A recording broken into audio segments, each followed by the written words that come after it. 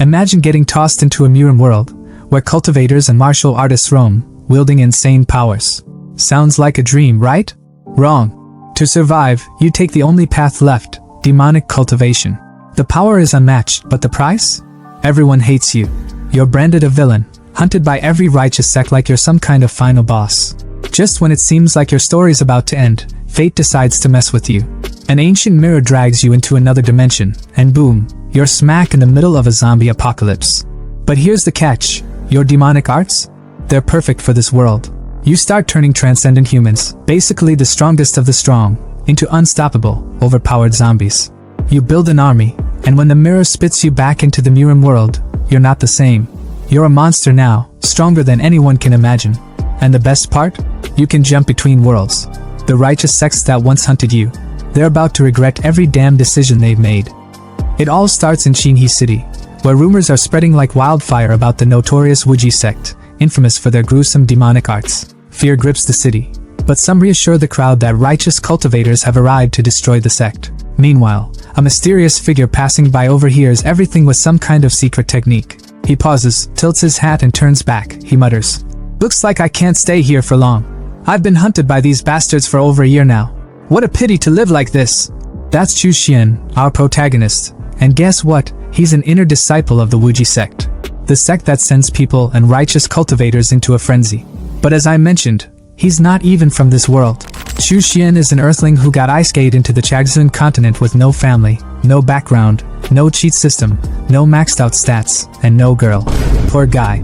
But our MC isn't having it, so he took matters into his own hands, walking the dark path of demonic cultivation. Through sheer grit and ruthless determination, he clawed his way into the Wuji sect, the largest and strongest sect in Yugua. To survive, he mastered everything: worm cultivation, poison arts, disguise, corpse puppetry, you name it. After years of relentless effort, he finally reached the chi refining stage, poised to be accepted as an inner disciple by the sect elders. But fate had other plans. Out of nowhere, the first ancestor of the sect went mad and perished, leaving the Wuji sect vulnerable. The 5 major orthodox sects pounced, branding them a demonic cult and slaughtering them mercilessly. The Wuji sect was obliterated, its disciples massacred. The few survivors, like Chu Xian, were now hunted like animals. Back in the present, Chu Xian leaned against a shadowy wall, his hat falling to the ground as a wave of pain hit him. His voice was strained, trembling with desperation. The blood transformation and soul seizure art. It needs so much blood essence, feeding the worms flesh and blood. If I don't get resources soon, the backlash will kill me. But he gritted his teeth, pushing himself forward. A cold resolve filled his gaze. Today, he was going to meet someone, a surviving junior disciple, his only hope to replenish his resources. He turned back to a bar behind him and spotted a figure cloaked in blue sitting alone. The figure seemed to shift uneasily as Chu Xian approached. With a nervous smile, the junior disciple greeted him cautiously. "Brother Chu Xian, you're finally here. You don't look well. Are you alright?" Chu Xian's gaze was cold, his piercing eyes betraying no emotion as he cut straight to the point. "Have you brought the items?" The junior brother hesitated, glancing around nervously, his hands trembling slightly. "Brother, you're still practicing our sex techniques?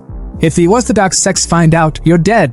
Chu Xian's expression darkened, a sharp edge cutting through his words as he replied, his tone icy and laced with frustration. "They've already sentenced us to death. Whether I cultivate demonic arts or not, what difference does it make?" The junior disciple's hands fumbled as he handed over a bag of demon beast blood beads, their crimson glow reflecting in Chu Xian's eyes. But then, a chill ran down his spine. His instincts screamed at him, his body tensing as he discreetly activated his listening technique.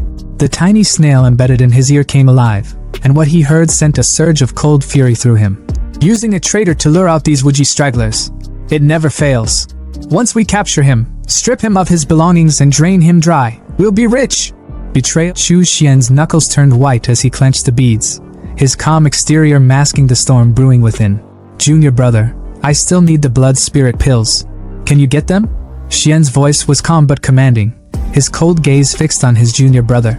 The younger man hesitated, shifting uncomfortably before responding. "I do have some, but they're usually for Foundation establishment cultivators." His voice trailed off as realization struck, and his eyes widened with excitement. "Could it be that you? Have you found Uncle Lu and the others?" He shot to his feet, his excitement almost tangible. But Xian's expression didn't waver. Instead, his gaze grew sharper. Don't ask questions you shouldn't. His voice was as cold as ice, leaving no room for argument. If you have the blood spirit pill, take it out quickly. The sudden chill in his tone froze the younger man in place, but anger quickly replaced the excitement in his eyes. The blood spirit pill is expensive. The junior brother snapped, his voice rising. Senior brother, you probably can't afford it, can you? But then, a sly grin crept across his face as he leaned in slightly, his voice dropping to something more calculated. If you take me to Uncle Lou, and we get protection from a foundation-building cultivator like him, I'll give it to you for free. He paused for a moment to let his words sink in before adding, I'll even throw in a middle-grade spirit stone. A middle-grade spirit stone, worth 100 low-grade spirit stones. The offer wasn't a small one, but Xian didn't flinch. His lips curved into a faint grin as his hand reached for his chin, his expression unreadable. Although the risk is high, seeing how sincere you are, he handed over his own middle-grade spirit stone with an air of calculated calm, his smirk hinting that he already had a plan brewing to get it back. Without another word, the two left the bar, the tension between them simmering under the surface. From the shadows, a group of men watched their departure with sinister smiles. He Liang went with him, their leader said, his voice dripping with malice. Unexpectedly, today we've caught a big fish. His grin widened as he continued, if we capture another foundation-building cultivator, the rewards will be incredible. Not just the sex merit rewards, but even the dead's assets would be worth far more than wasting time on self-cultivation. The men chuckled darkly, their eyes gleaming with greed as they moved to set their trap. At the temple, the atmosphere grew heavier with every step down the underground tunnel. The damp air clung to their skin, and the flickering torchlight cast eerie shadows on the walls. Junior brother broke the silence, his voice tinged with both admiration and unease. Senior brother is still the most reliable. This small courtyard and the underground tunnel are truly flawless. But how much longer do we have to walk? His voice wavered slightly as he glanced around, the growing darkness gnawing at his nerves. We're almost there, Xian replied, his tone steady and emotionless. But then, he stopped abruptly, turning back to face his junior brother. His crimson eyes glowed faintly in the dim light, and his lips curled into a chilling smile. But if you're in a hurry, junior brother. His voice dropped, dripping with malice. Senior brother will accompany you for a while then? Before the younger man could even process the words, Xian struck. The force of the attack was brutal, sending the junior brother flying backward. His body crashed through the temple doors, splintering wood and stone, before skidding across the rough stone floor outside. The ambushers outside are confused and shocked, unable to do anything, so they rush to their injured ally. Blood smeared the ground as Liang struggled to lift his battered body, his voice weak but urgent. Downstairs. His words came out in gasps as he pointed a trembling hand toward the temple. Chu Xian and Lu Jinxiong are both downstairs. Don't worry about me, don't let them escape. The ambushers outside sprang into action at his words. Rush in. Kill everyone, their leader barked, his voice sharp and commanding. They stormed down the stairs, but as they reached the bottom, they froze at the sight before them. A shriveled corpse lay sprawled on the ground, its skin clinging to the bone, as if it had been drained of all life. Huh! Someone muttered, their voice trembling with confusion. Master, there's a dry corpse here. The leader stepped forward, his expression darkening as he crouched beside the body. With a flick of his magic, he analyzed the scene, his voice grim as he whispered, how brutal. The skin and scalp have been peeled off. His eyes widened as the realization hit him like a thunderclap. Is this Liang? His voice cracked with panic as he shot to his feet, his gaze darting toward the stairs. The one outside is Chu Xian. Head back. We've been tricked. Far away, outside Jinghe City, Xian tore off the human leather mask, his face twisting in disgust as he tossed it to the ground. The temporary human leather mask is really uncomfortable to wear, he muttered to himself. His eyes narrowed as he reflected on the events that had just transpired. Thanks to the listening bugs, I was able to figure out the ambush in advance and see through He Liang's betrayal. His voice was calm, but a flicker of bitterness lingered in his tone. But even if I can escape for now, how can I escape forever? He gazed into the distance, his thoughts growing heavier. Am I supposed to join those orthodox sects as well? No, it's not possible. If I changed my path to the orthodox sect, I'd have to discard all my previous cultivation, which carries a high risk of backlash.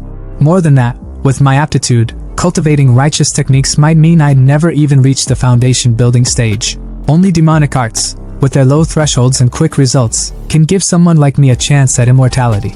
His voice was steady, filled with quiet determination. Later, in a glowing cave, Chu Xian examined his spoils, his hands trembling with anticipation. Among them was a mysterious artifact from the Wuji Sect's treasure vault. As he activated it, a vision of a ruined, apocalyptic city appeared, sending a jolt of shock through him. Why does this look like Earth? My Earth, but destroyed. What the hell happened? Before he could react, the artifact pulled him in, and he stumbled into the desolate wasteland, his eyes widening in horror at the scene before him. A zombie gnawing on a corpse. Zombies? What the hell is this? The undead swarmed him, their groans chilling his blood, but Chu Xian's survival instincts roared to life. Blood-red worms erupted from his hands, slicing through the zombies with savage precision. He watched in stunned amazement as the worms thrived on the zombies' flesh, a twisted hope igniting within him. Wait, could zombies count as living beings? If I use their flesh and blood to cultivate my techniques and feed the worms? His dark grin returned, his heart pounding with exhilaration as the worms feasted. This entire city, no, this entire planet will become my resource pool. Killing zombies won't provoke heavenly punishment. I can cultivate freely. I can finally pursue what I never dared dream of before. Immortality. As more zombies charged toward him, Chu Xian stood tall, his blood worms writhing in anticipation. His voice was calm but resolute, filled with unshakable determination. Eternal life, no matter the cost. On a mountain of rotting zombie corpses, Chu Xian stood tall, his long robe stained with blood and his crimson eyes gleaming with satisfaction. A grin tugged at his lips as he declared, "In just a short while, I've broken through from the 4th to the 5th layer of chi refining. This place truly is a holy land for cultivating demonic arts." Below him, weak zombies aimlessly shuffled, searching for prey. Chu Xian glanced down at them, unimpressed. However, personally hunting down zombies to absorb their energy is too damn troublesome. It's time to try refining some corpses to do the work for me. He rubbed his temple and sighed, his disdain evident. But refining corpses requires strong bodies filled with deep resentment as the material. Only then will the refined corpses have good potential. His gaze returned to the pathetic zombies beneath him. Their sluggish movements and empty eyes annoyed him. These guys? Worthless trash. Impossible to work with. Straightening his posture, he crossed his arms behind his back in a commanding Napoleon pose and announced, "Oh well, for now, I'll use this place as a temporary base. In such a large mall, I should be able to find new suitable targets." The scene shifted to a bespectacled man, his face pale with fear, surrounded by a horde of hungry zombies. He screamed desperately, "Tiger bro, please save me!" His eyes darted to a blonde man standing smugly on the upper floor, clutching a bag of supplies. "Didn't you say that as long as I distracted the zombies, you'd come save me once you finished collecting the resources? My mom and sister still need me. I can't die here." But the blonde man's response was anything but sympathetic. With a wicked smile, he taunted, "Oh dear, I think I forgot to tell you. Your mom died yesterday. How could the Lingquan gang waste resources on a 60-year-old woman?" The bespectacled man froze in disbelief, his voice trembling. "What did you say?" The blonde man shrugged nonchalantly, turning to leave. "Thank you for sacrificing your life for me. After you die, I'll take care of your sister." The bespectacled man screamed in despair as the zombies closed in, ripping into his flesh. With his dying breath, he cursed, "Tang Hu, you'll definitely receive your retribution." But Tang Hu, the blonde man, only chuckled darkly as he dashed off with his supplies. "Humph, what retribution? The rules of this world have always been survival of the fittest." Unbeknownst to him, someone was watching. From the shadows, Chu Xian observed the scene with a calculating gaze. A twisted plan formed in his mind as he muttered to himself, Wait a moment, this man's physique is quite impressive. Perfect material for refining a corpse." Tang Hu stopped in his tracks, sensing danger. He turned to see Chu Xian standing eerily still, his strange outfit and aura instantly filling him with unease. Pulling out a dagger, Tang Hu snarled, "Who the hell are you?" Chu Xian's lips curled into a sinister smile. "I mean, your physique is quite good. You'll make a fine servant for me." Tang Hu's face twisted in anger. "You're courting death," he roared, lunging at Chu Xian with his dagger. But before the blade could reach its target, a red flash sliced through the air. Tang Hu stumbled back in shock, staring at his broken dagger. The source? A bloodworm, writhing and biting the blade into pieces. Tang Hu clutched his bleeding palm, his confidence shattered. Fear crept into his voice as he thought, "This man, he can control insects? Is he a transcendent being too? There's no way I can beat him." Quickly shifting tactics, Tang Hu put on his most charming smile. "My brother-in-law is Zhao Hong of the Lingquan gang. For his sake, let me go. You can even have this bag of supplies." Chu Xian raised a brow, unimpressed. "The Lingquan gang? Tang Hu nodded eagerly. Don't you know? The Lingquan Gang is the largest organization in Dongwu City. My brother-in-law, Zhao Hong, is the leader and a transcendent. He's 10 times stronger than me. Chu Xian chuckled darkly, his voice laced with mockery. If he's only 10 times stronger than a mere mortal like you, then there's nothing to worry about. Before Tang Hu could respond, Chu Xian's bloodworms lashed out, binding him in midair. Tang Hu screamed in terror as he was dragged toward a golden ritual cauldron, surrounded by glowing red sigils and 4 skulls. Once I use my secret technique on you, Chu Xian explained coldly, you'll become a sturdy corpse soldier. Tang Hu thrashed against the bloodworms, his voice breaking. Wait. We have no enmity between us. Why are you trying to kill me? Chu Xian leaned in close, his voice a chilling whisper. Didn't you just say? The rule of this world is survival of the fittest. Killing someone like you won't even diminish my karma. With a flick of his finger, Chu Xian released Tang Hu into the bubbling cauldron. Tang Hu's screams of agony echoed through them all, fading as his body dissolved into the boiling liquid. Moments later, blue liquid shaped like skulls dripped from the cauldron's edges. Chu Xian watched with gleaming eyes as the refining process began. You're simply perfect for refining into a yin corpse. The Vajra corpse refining technique of the corpse puppet sect will make you impervious to blades and spears, with immense strength. Once complete, you'll rival a chi refining stage cultivator. 3 days later, a red hand with sharp claws emerged from the cauldron. Tang Hu had been reborn, a grade 2 corpse soldier with glowing red eyes and a fiery crimson light burning in his stomach. Chu Xian clapped his hands, grinning. I can't believe my first corpse refinement was such a success. Summoning a magical tool in the form of a red tower. Low-grade magical tool, corpse nurturing tower. Used for storing, nurturing, and appraising yin corpses, Chu Xian shouted. Appraisal! The tool analyzed the new yin corpse and returned its details. Grade 2 corpse soldier. Innate spells, bloodthirst technique, golden light incantation. Chu Xian couldn't hide his excitement. Not bad! It's not only reached grade 2, but its innate spells complement each other perfectly. This yin corpse could even rival a chi refining 4th layer cultivator. He turned to his new creation, a proud smile on his face. I'll call you Xiao Xi. Now go and collect zombie flesh for me. With a growl, Xiao Xi leapt into action, tearing through hordes of zombies with ease. In a flash, he returned with a shopping cart full of zombie corpses, presenting them like groceries. Chu Xian, casually eating ramen, patted Xiao Xi's head. Well done!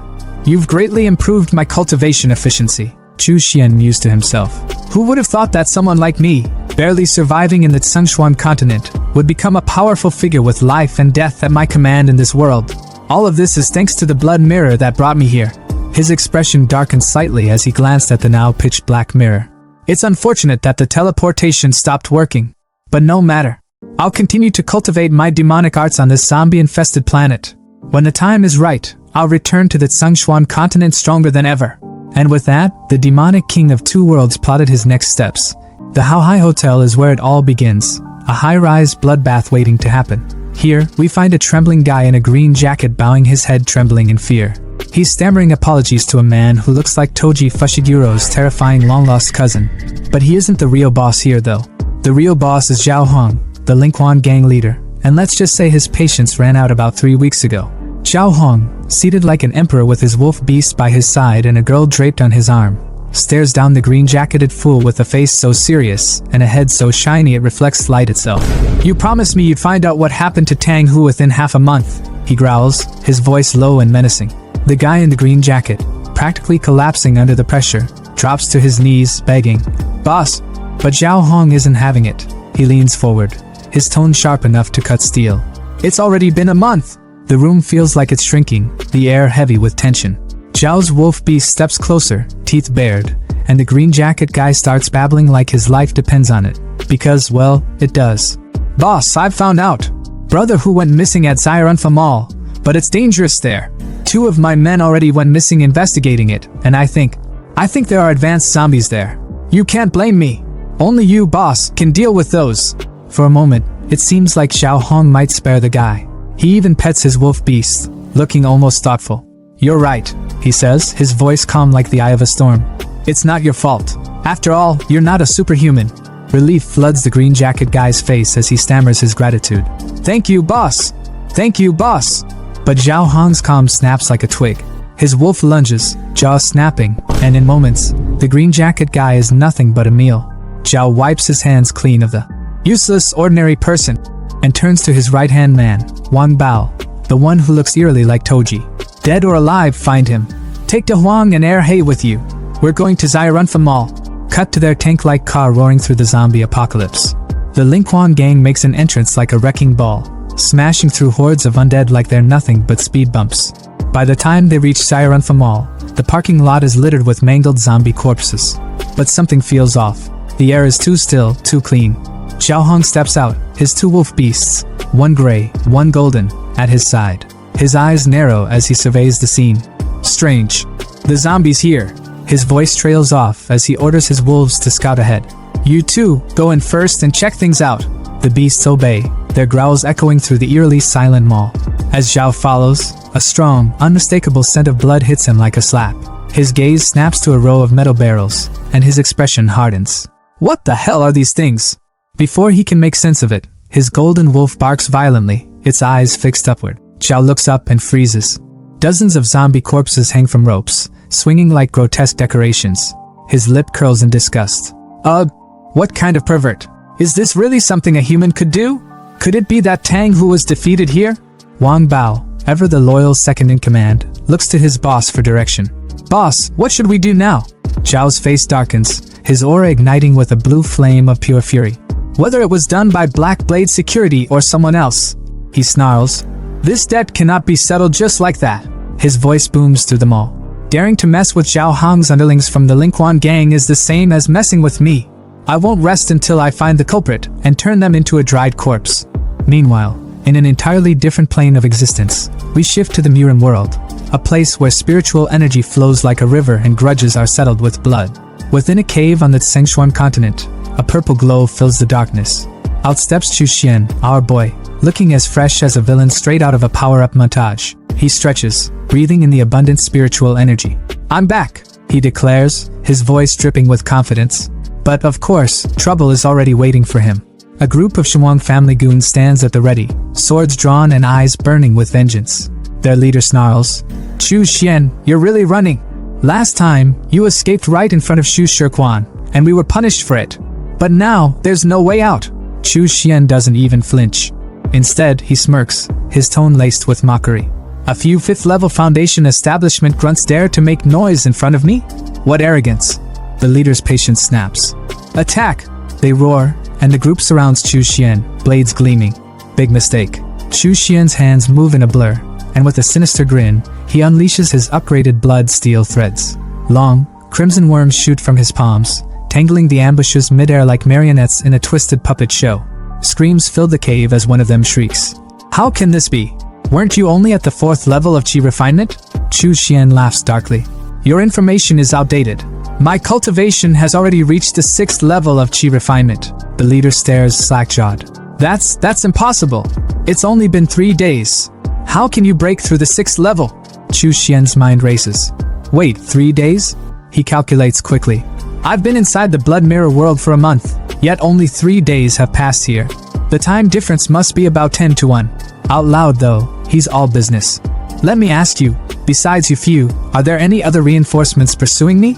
Did that Foundation establishment master of yours come as well? When his question is met with silence, he tightens his grip on the threads, splitting one poor soul into bloody chunks. Answer me, or this will all be your fate. Terrified, the remaining ambushes spill everything. We're the only ones here. There's no other reinforcements. Master thought a few of us could handle you, so he didn't come. Chu Xian's smile turns cold. Really? Then I don't need to worry. The ambushers dare to hope. You said you'd let us go. But Chu Xian interrupts, his threads slicing through them like a butcher carving meat. Blood splatters the cave walls as he licks the crimson from his hands, a satisfied smirk curling his lips. Did you actually believe that? After all, I'm the ruthless, cold-blooded demon Cultivator. Watching his blood worms devour the remains, Chu Xian reflects on his recent gains. Blood Mirror. I only had a single bloodline, and now, not only has my cultivation reached the 6th level of chi refinement, but I've also mastered the innate technique Blood Nourishment. On top of that, I have a 3rd level zombie as a trump card. He steps out of the cave, now standing on a cliff overlooking the kingdom below. His gaze sharpens.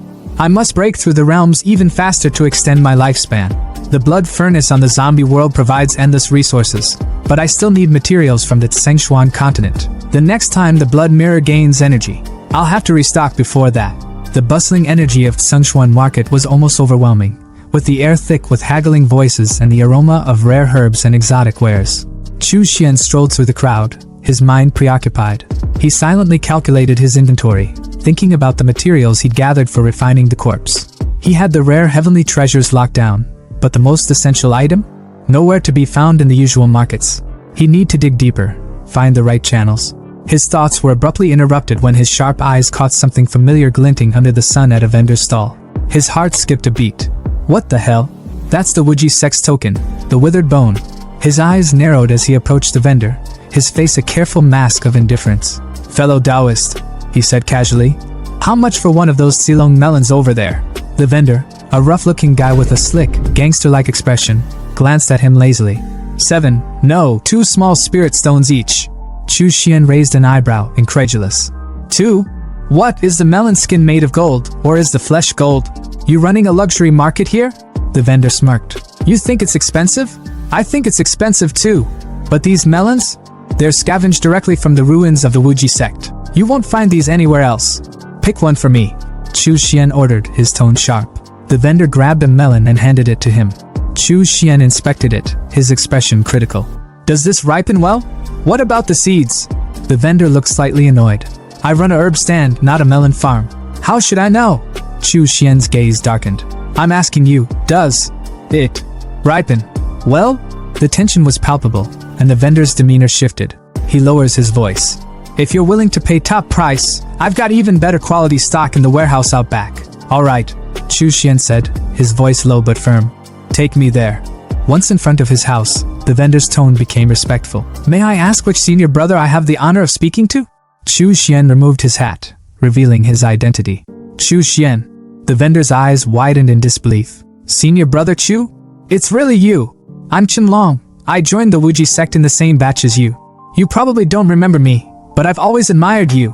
Among us grassroots outer disciples, you were the one who stood out the most. I never thought I'd be exchanging secret signals with the legendary senior brother Chu. Qinlong practically buzzed with excitement, circling Chu Xian like an overzealous fanboy. Uncle Lu and the other senior brothers are hiding in the Wu family manor in Taiping Town. When we heard 3 days ago that you killed that traitor He Liang, it gave everyone hope. You're a legend, senior brother. Chu Xian scoffed, his tone cold. So the third elder's direct disciple, Uncle Lu Jinxiong, is still alive, hiding in plain sight within Shigang sect territory. Clever. No wonder they haven't found him. Qinlong's enthusiasm didn't waver. Senior brother Chu, you should join us. Us Wuji sect cultivators need to stick together now more than ever. Chu Xian waved him off. I'm just here to buy something. Qinlong's face fell slightly, but he composed himself. What are you looking for? I need a blood transformation grand array. The words hit the air like a hammer, and Qinlong froze, his face twisting in shock and horror. What? Chu Xian remained unfazed as he explained. The blood melting formation is a tool often used by demonic cultivators for large-scale blood sacrifices. It's infamous for its ability to refine the 10,000 souls blood pearl, used to lay a powerful foundation. There was even a demonic sect leader who once sacrificed 300,000 lives to cast a citywide blood melting formation. It's simple yet devastating, capable of mass murder even when wielded by someone in the chi refining stage. But, and here, his voice dropped chillingly, I'm not planning anything that extreme. I'd deploy it on a zombie-infested planet, no harm to the heavens, and it might even earn me some merit. Qinlong looked pale, his voice trembling. Brother Chu, the 5 major sects are cracking down hard on anything related to demonic arts. If you activate that formation, they'll come for you. Chu Xian's gaze hardened. That's not your concern. Do you have it or not? Qinlong hesitated before mumbling. I know someone who does. They soon arrived at a secret Wuji sect stronghold, where a towering, jacked man stood like a sentinel. Su Ming, once ranked 11th among the inner disciples, greeted them with a sneer. The blood melting formation? Yeah, I have it. But why should I sell it to you, Chu Xian? Chu Xian's eyes narrowed, his thoughts racing. Of course, it had to be Su Ming. They'd butted heads plenty in the past over resources, and it was clear Su Ming was relishing the thought of seeing him fail. But not this time. Chu Xian reached into his bag and pulled out his trump card, an entire sack of glimmering blood pearls. Qinlong and Su Ming's jaws dropped. Blood pearls? So many? How many lives were sacrificed for this? Another voice chimed in, dripping with awe. To refine this many blood pearls under the Shigang sect's watch, Junior Brother Chu's power has surpassed all of ours. It was Wei Hua, ranked 12th among the inner disciples. Su Ming's thoughts churned with frustration. Damn Chu Xian, always outshining him. Fine, he sneered. 200 blood pearls, and the formation is yours. Chu Xian gave a cold laugh. Greedy, aren't we? Wei Hua stepped in, his tone reasonable. A basic formation like this used to go for 80 blood pearls tops. Su Ming, we're all from the same sect. This is unreasonable. But Su Ming wasn't backing down. Even between brothers, accounts need to be settled clearly. I'm the only one with the blood-melting formation, and without it. Chu Xian cut him off, his voice laced with quiet menace. Su Ming, are you misunderstanding something? That formation is worthless if you can't use it, which means it's already devalued. Meanwhile, you're desperate for blood pearls to fend off chi deviation. So tell me, who's the one really in need here? Su Ming's bravado cracked. Fine, 80 blood pearls. 60, Chu Xian countered. Su Ming bristled. Why are you still haggling? If you won't sell, I'll leave, Chu Xian said flatly, turning to go. Wait, Su Ming practically panicked. Fine, 50, Chu Xian smirked, handing over 60 blood pearls. You're wise to agree. The blood-melting formation was his, and Xian wasn't about to let anyone take it. In his mind, he was already scheming. He had plenty of blood pearls left, so why not offer a little more goodwill? Chu Xian spoke up, his tone calm but firm. Senior Brother Wei Hua, if you want the remaining blood pearls, you can exchange them with me for spirit stones. The brunette's eyes lit up, clearly struggling to hide his desperation. Well, thank you, Junior Brother Chu. We're currently in dire need of blood pearls. These things are worth more than gold on the market. With a smirk and a quick dab of his hands, Xian made the deal. 30 small spirit stones for them at a premium. The brunette added, sealing the exchange. Xian's mind was racing as he pocketed his newfound resources. With these, when he returned to that godforsaken doomsday planet, he'd be able to skyrocket his cultivation. He could already taste the power. As the brunette and the melon guy, his other junior, bid him farewell, the brunette hesitated, his voice laced with concern. Junior Brother Chu, you really won't stay and join us? He's been good to us, and he's extremely powerful. Having him is better than any other candidate. Chu Xian tilted his hat down slightly, his expression unreadable. Inwardly, though, his thoughts were sharp and unyielding. Fortune and misfortune were intertwined. Lu Shihe's immense strength was a double-edged sword. It would draw the attention of the righteous sections. No need, he said flatly, the words carrying an air of finality. Suddenly, a commanding voice broke the tension. You stop right there! A soldier strode forward, his demeanor cold and authoritative. We are acting under the orders of the Shingang sect elders. The Wu family might be harboring survivors from the Wuji sect, so we are here to investigate. The brunette froze, his voice trembling slightly. 7th level of chi refining. Melon Guy's face paled. Even if the 4 of us join forces, we're no match. Chu Xian's expression darkened as he weighed his options. He could escape easily, but these fellow disciples? They'd be slaughtered. Should he intervene? Before he could decide, a jacked guy emerged from the shadows, his voice dripping with malice. Fellow Taoist, the one wearing the conical hat is the demonic cultivator you're after. Chu Xian. The betrayal hit like a thunderclap. The brunette clenched his teeth. Su Ming you. But the damage was done. Chu Xian slowly removed his hat, his eyes burning with anger and a tinge of regret. I'm still not ruthless enough, he muttered. Su Ming had tricked him again, and now, he had no choice. Tossing his hat aside, his true identity was revealed. Melon Guy's jaw dropped. What? The brunette's voice was a mix of fear and resolve. Senior Brother Wei, Junior Brother Chin, we've been exposed. Retreat quickly, and I will cover you. Don't hesitate, he barked. The main force will likely arrive soon. Go and inform Uncle Lu to relocate. As the two fled, the brunette called back, his voice filled with gratitude. Brother Chu, your righteousness will not be forgotten. A soldier moved to chase them, but his commander held him back. Don't bother chasing. He's the same Chu Xian who escaped from Uncle Sunshire's hands last time. His head is worth far more than those nobodies. The commander turned to face Chu Xian, a mocking smile on his lips. I didn't expect you, a demonic cultivator, to sacrifice yourself for others? Chu Xian's eyes narrowed. Demonic cultivators prioritize profit. They're not difficult to kill. Perhaps keeping them alive could bring me greater benefits in the future. Why wouldn't I take advantage of that? The commander sneered. Ha! With your lowly cultivation level, what future do you have? Drawing his blade, he lunged forward, only to be stopped in his tracks. Blood worms surged from Chu Xian's palm, snaking toward the blade and rendering it useless. The soldiers around him faltered, their confidence waning. This guy, he's stronger than expected. 2 soldiers moved to flank him from behind, but Chu Xian's magical tower emerged, its blood-red claws tearing through their defenses with ease. The commander's confidence faltered as he stared at Chu Xian, his voice trembling slightly. What kind of monster are you? Chu Xian smirked coldly. Ridiculous. As a demonic cultivator, how could I not have some trump cards up my sleeve? Now it's your turn. Let's hope your storage pouch won't disappoint me. Meanwhile, at the Wu family's separate residence, chaos was brewing. Lu Jinxiong, the elder of the Wuji sect. What? You left Chu Xian there alone? Even though we are demonic cultivators, the sect has been destroyed. Now we're all in the same boat. His stern gaze bore into the jacked guy who had betrayed Xian. Besides, Chu Xian is one of the top 10 inner disciples and should be a great help. We should be united in this.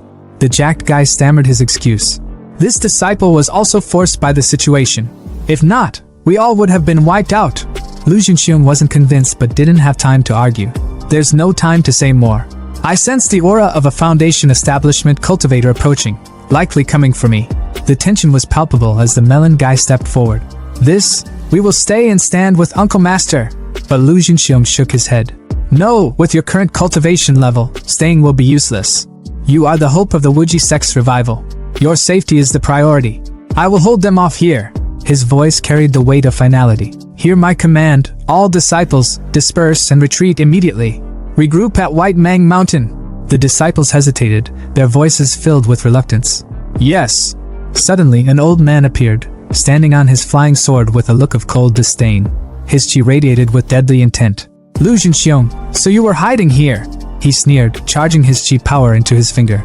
At a time like this, you're still thinking of protecting these demon spawn? Haha. Don't worry, my people have completely locked down Qinghe City. None of them will escape. Panic spread among the Wuji sect disciples as they scattered in every direction. Back at Taiping Square, the brunette, melon guy, and jacked guy stumbled upon a grisly scene. The ground was littered with the corpses of Shinli sect cultivators. The brunette's voice trembled. Those are actually the corpses of those Shinli sect cultivators. Is there anyone in Qinghe City who could have done this? Melon guy's voice wavered with hope. Could it be senior brother Chu? The jack guy scoffed, his tone dripping with disbelief. Are you joking? Judging by the condition of the bodies, they were clearly killed in an instant. It would take at least a chi refining stage level 8 cultivator to do that. How could it have been him? The brunette pointed toward the distance. Let's not worry about that now. The enemy didn't leave but instead died here. More pursuers will likely be drawn soon. Everyone, make the most of the time we have and evacuate quickly. Near Taiping Mountain, the remnants of the Wuji sect huddled together in the dense forest, their breaths shallow, their gazes darting at every rustle of the leaves. Tension hung heavy in the air until the melon guy's voice broke the silence. Uncle Master Lu is back. His relief was palpable, but that relief turned to horror when they saw Lu Jinxiong stumble into view, his left arm bloodied and limp. Uncle Master! Someone cried out in alarm. Another disciple rushed forward, already calling for a healer, but Lu waved him off, his voice steady despite the pain. I'm fine. It's unavoidable to suffer some injuries during an escape, his face worn but his eyes sharp as ever. But you all, Qinghe City was completely surrounded by Shinli sect forces, yet you managed to escape without losing a single person. It's truly fortunate. The brunette stepped forward, bowing deeply. Thanks to the sect's protection, the disciples managed to leave without obstruction. Even the 3 Shinli sect disciples originally stationed there were killed by someone. The mention of this unexpected event made Lu raise an eyebrow. Something like this happened? Could it be a wandering expert passing by? He sat down on a fallen tree. His tone was contemplative, though his body remained tense as a disciple wrapped bandages around his injured arm. Then, his gaze sharpened. Where is Chu Xian? The brunette hesitated, guilt flickering in his eyes. This disciple doesn't know. In the rush, I didn't spot brother Chu Xian. Su Ming, the jacked guy, crossed his arms with a scoff. Chu Xian is only at the 4th level of chi refining. Facing 3 opponents, he probably got reduced to ashes. His voice was cold, uncaring. But the melon guy wasn't having it. Su Ming, this is all your fault for getting senior brother Chu killed. And you still have the nerve to speak? His fists clenched as he glared at Su Ming, who merely shrugged. Lu Jinxiong rubbed his chin thoughtfully. Chu Xian. I recall him. He's the one who's been ranked 10th in the inner sect for years. His aptitude may be ordinary, but he's very clever. He might not have met with misfortune. His sharp gaze turned to Wei Hua, the brunette. Wei Hua, once things calm down, Take some people to gather information on him. If you find him, bring him to join us. It's good to have some support. Since the sex destruction, he's been wandering alone. I can't imagine how difficult things must be for him now. Meanwhile, Chu Xian wasn't exactly struggling. In a dimly lit cavern, he sat cross-legged, grinning from ear to ear as he counted his spoils. Ha ha ha, life is really getting better and better. He chuckled, his voice echoing in the cavern. 800 low-grade spirit stones, 2 mid-grade spirit stones. Spirit gathering formation and maze formation, suitable for setting up a cave dwelling. His fingers traced the edge of a small black flag, his smile turning wicked. Surprisingly, there's even a 10,000 souls banner. This is a notorious evil sect treasure. It's extremely harmful to one's karma. This mid-grade 10,000 souls banner must have required the slaughter of countless beings and the extraction of their souls to be refined. A righteous cultivator from the Shinli sect, actually greedy for its power, secretly kept it and refined it in the dark. His gaze darkened as he held the banner up to the dim light. However, it's perfect for me to take to the zombie planet, where there are plenty of zombies for me to extract souls from. Once the 10,000 souls banner is fully refined, tens of millions of ferocious ghosts will rise like a tide, becoming a powerful trump card. With a satisfied sigh, he stood up, stretching his arms. The items I need are all gathered. The blood mirror has been fully charged too. It's time to head back. With a flick of his wrist, he summoned the magical mirror, a portal of swirling purple energy opening before him. Zombie planet, here I come! On the other side, however, he was greeted with a scene that made his jaw clench. Smoke billowed from what remained of his base. The barrels of supplies he'd so painstakingly gathered reduced to ash. He crouched by the smoldering remains, his voice low and seething. Let me calculate the time. I should have left here about 2 months ago. But things shouldn't have turned out this way. His eyes narrowed as he inspected the damage. Corpses wouldn't do something like this. Someone deliberately set the fire. If I had known, I would have refined a few more corpses to guard the place. His fist tightened, his teeth grinding in frustration. My snack reserves, all burned to ashes. Whoever did this didn't even come here to loot supplies. They just set a fire for no damn reason? Summoning his magic tower, he called out. Xiaohu, report to me. Come here. Elsewhere, a couple knelt on the ground before Toji, their faces pale with terror. Don't kill us. We really haven't seen anyone going in or out of the mall. The boyfriend pleaded, his voice shaking. Toji's sneer was almost predatory as he stepped closer to the girl, licking his lips. Oh no, perhaps there's still some use for you after all. The girlfriend's eyes widened in horror. No, please, she begged, her voice cracking. Before Toji could lay a hand on her, a massive shadow loomed over him. He turned slowly, his confidence evaporating as he stared up at Xiaohu, who towered over him like death itself. The couple didn't waste a second, scrambling to their feet and running as fast as they could. It's a high-level zombie, the boyfriend shouted in panic, his voice fading into the distance. Xiaohu leaned down toward Toji, mimicking the predator's earlier movements, and karma hit like a truck. Toji's legs shook as he stammered. No, don't. But then his eyes focused on the zombie's face, recognition dawning too late. Wait, this zombie. Tang Hu. His words were cut off as Xiaohu grabbed him by the collar like a rag doll, slung him over his shoulder, and dashed away, leaving a trail of smoke in his wake. Toji's scream was more pathetic than anything. Ow! Where are you taking me? Where are you going? Xiaohu didn't answer, of course, but when they arrived at Chu Xian's hideout, Toji was unceremoniously slammed to the ground, his head pinned under Xiaohu's massive hand.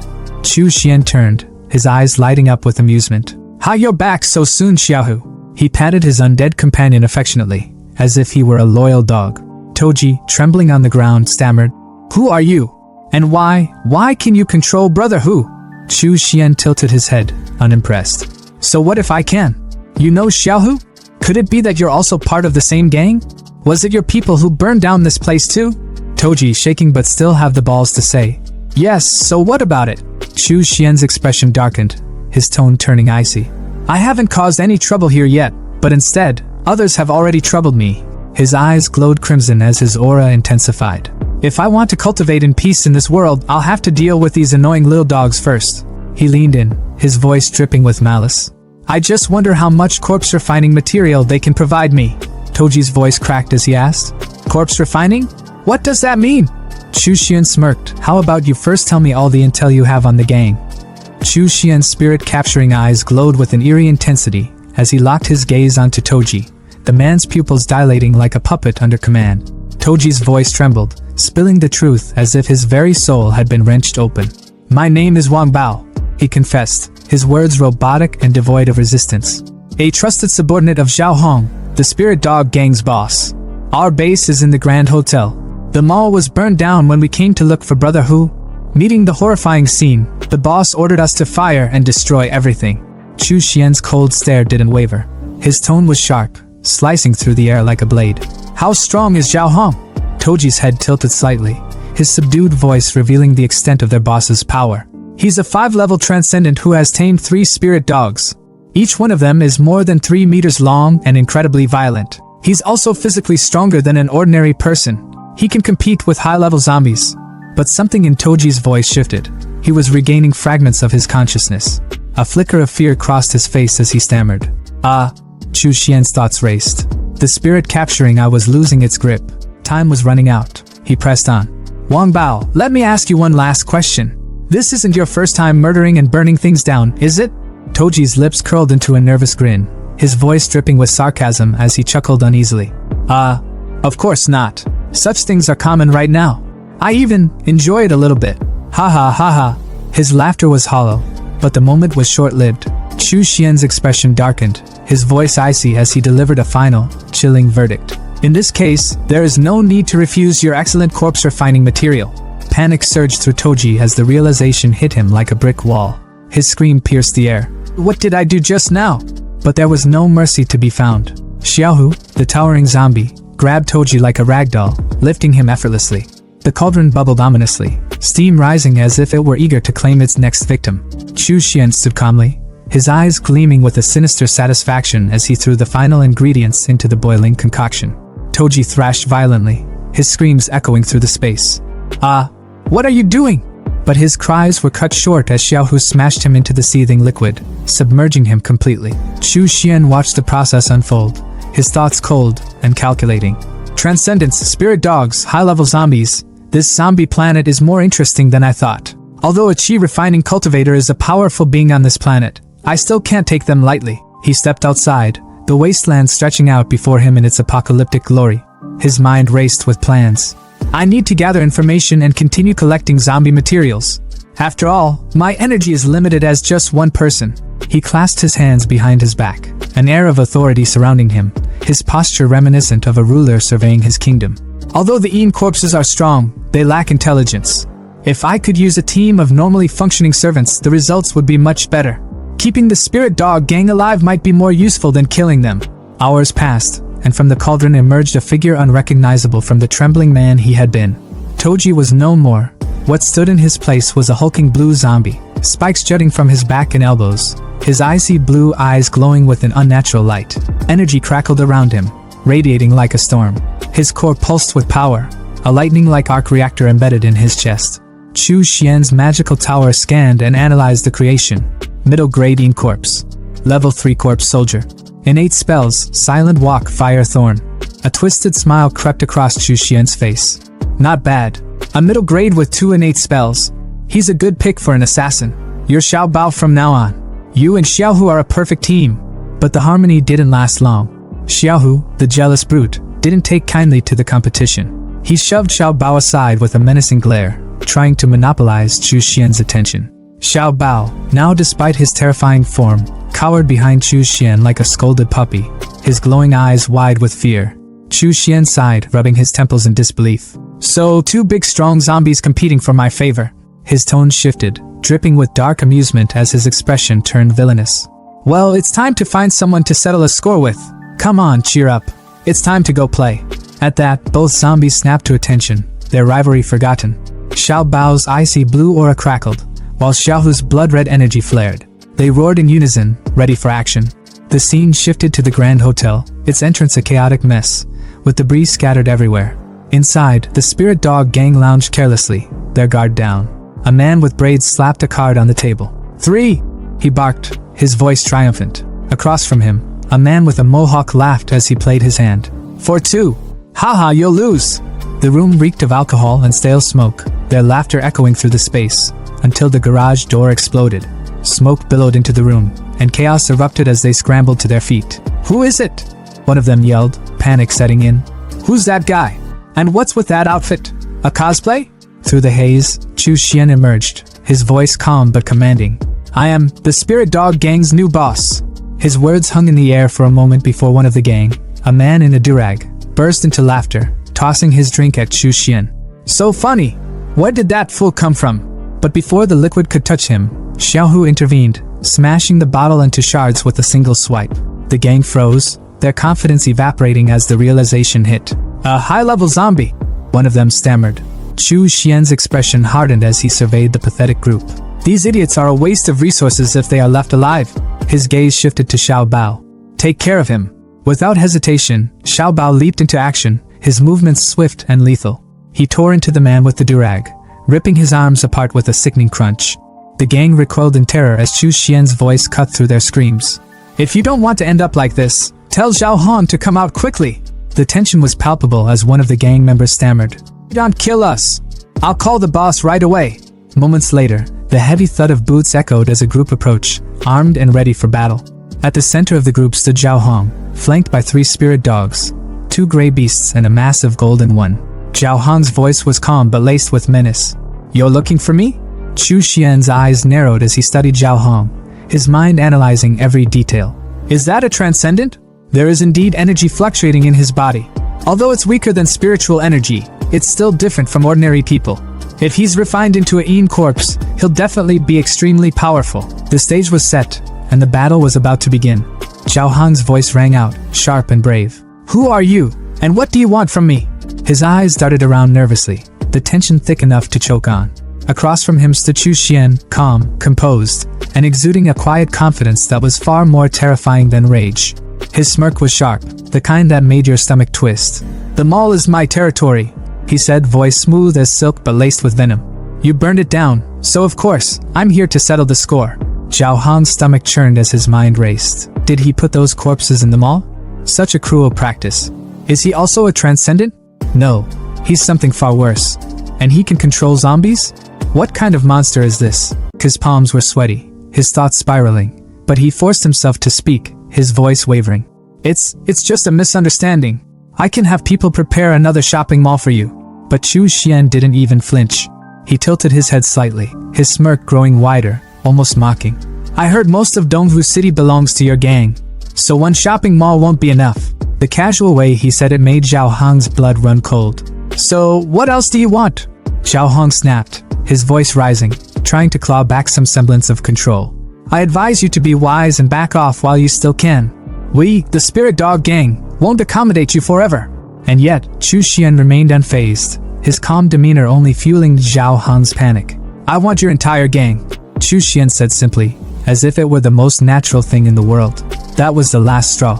Zhao Hong's face twisted in fury, his pride flaring up like a cornered animal. You're not accepting the toast only to be forced to drink a forfeit, he shouted, his voice trembling with rage. Turning to his wolves, his loyal beasts flanking him, he barked. Da Huang! Hei! Xiao Bai! Go! Eat him alive! The wolves didn't hesitate, their growls rumbling like thunder as they charged at Chu Xian, but Chu Xian didn't move. He simply stood there, watching, as a golden light suddenly flared to life around him, shimmering like an impenetrable shield. The first wolf lunged, its powerful jaws clamping down on the light, only for its fangs to shatter like glass.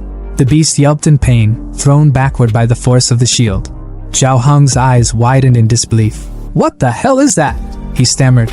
The golden light wasn't just luck, it was a skill.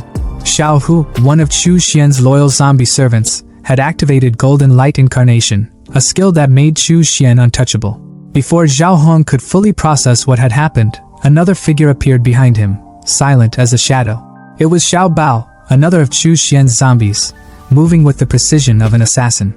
His eyes burned with a cold, deadly light as he unleashed his ability, Yin Fire Thorn. The attack was aimed straight at Zhao Hong's back, but one of the wolves, loyal to the bitter end, leapt in the way, taking the brunt of the blow. The golden wolf collapsed, its fur scorched and smoking, and Zhao Hong staggered back, his mind spiraling into chaos. Thoughts were a frantic mess. It's Wang Bao, and the missing Tang Hu. What's going on here? He killed my spirit dog in one move. That's not something a normal high-level zombie can do. Hey, Xiao Bai, protect me! Zhao Hong screamed, his voice cracking with desperation. But even his remaining wolves hesitated, their instincts screaming at them to back down from the overwhelming power radiating from Chu Xian and his undead servants. Chu Xian's voice sliced through the chaos, calm yet dripping with menace.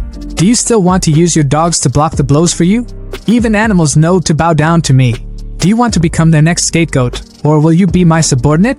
His words hit like a hammer, the weight of his dominance undeniable. But Zhao Hong wasn't ready to give up just yet.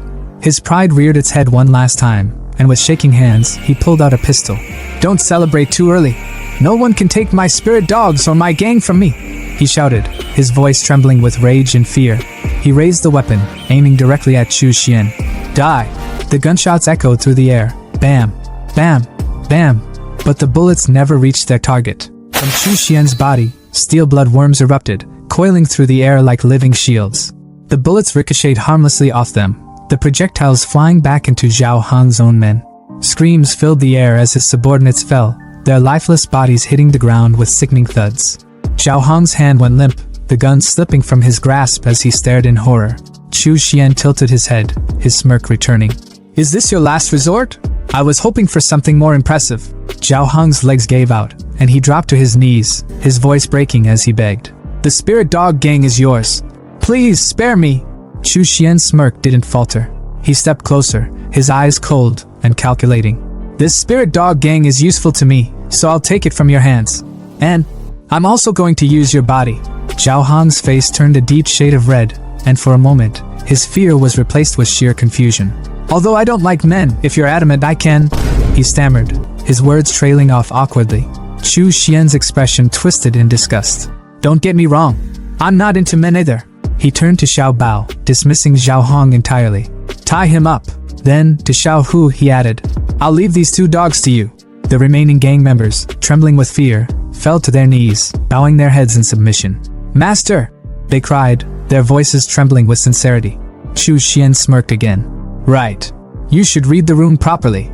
10 years ago, the Sea Star spirit exploded, unleashing a wave of energy that reshaped the world. Most people couldn't withstand it. Their bodies twisted and mutated, turning them into bloodthirsty monsters known as zombies. Among the survivors, a rare few gained extraordinary talents, their strength divided into 9 stages based on the number of cores in their bodies. Back in the present, Zhao Hong, now tied up and defeated, explained through gritted teeth. Donghu City, where we are now, is a small city in the Linjiang province.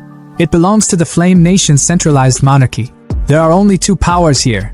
One is the Spirit Dog Gang, and the other is the Black Security Company. Chu Xian listened carefully, his expression unreadable. That's all I know, Zhao Hong added, desperation creeping into his voice. Is there anything else you want to know? Whatever it is, I'll find it. Chu Xian waved a hand dismissively. Xiao Bao, take him to the medicinal bath. Zhao Hong's eyes widened. Medicinal bath? His protests turned into panic screams as Xiao Hu and Xiao Bao dragged him away. Big brother, didn't you say you'd spare me? Chu Xian sipped his drink, watching the chaos unfold with amusement. The medicinal bath this time is the best one I've been able to get. After soaking for a few days, his talent will come into play. He leaned back, savoring the moment. Then it's the perfect chance to set up the blood battle array for a blood sacrifice. Modern food and drinks really are better. Outside, Chu Xian soared through the air on his flying sword, drink in hand, surveying the desolate city below. His sharp eyes caught movement on a rooftop. A group of survivors was fighting for their lives. 2 men strained to hold the door against the relentless pounding of zombies, while an old man stood behind them, trembling, clutching a white case to his chest. This stage 3 core was obtained at the cost of many lives, the old man whispered, his voice heavy with resignation. We can't lose it. Just take it and leave me. The man in sunglasses shook his head, his voice firm. Mr. Jing, you're the Linjiang Province Institute of Sciences chief. Your life is more important than ours. Don't worry. I've sent a rescue signal. The Black Security Company will send someone to pick us up. The old man sighed, his shoulders sagging. Alas, the world has changed. If you want to be rescued, it will be hard. The door behind them splintered and burst open. A wave of zombies poured through, their growls deafening. The 3 survivors froze, their faces pale with despair. We're doomed. Out of nowhere, a sword shot through the air like a damn missile, slicing clean through the zombie lunging at the guy in green. But that wasn't all. This wasn't some one-and-done move, it was a massacre. The blade zipped through the horde, carving through every rotting corpse with terrifying speed and precision until the scene was eerily silent, not a single zombie left standing. Before anyone could process what just happened, a figure floated down from the sky like some ancient deity, his tone calm but commanding. "It's quite lively here," said Chu Xian, as he landed gracefully in front of the stunned group.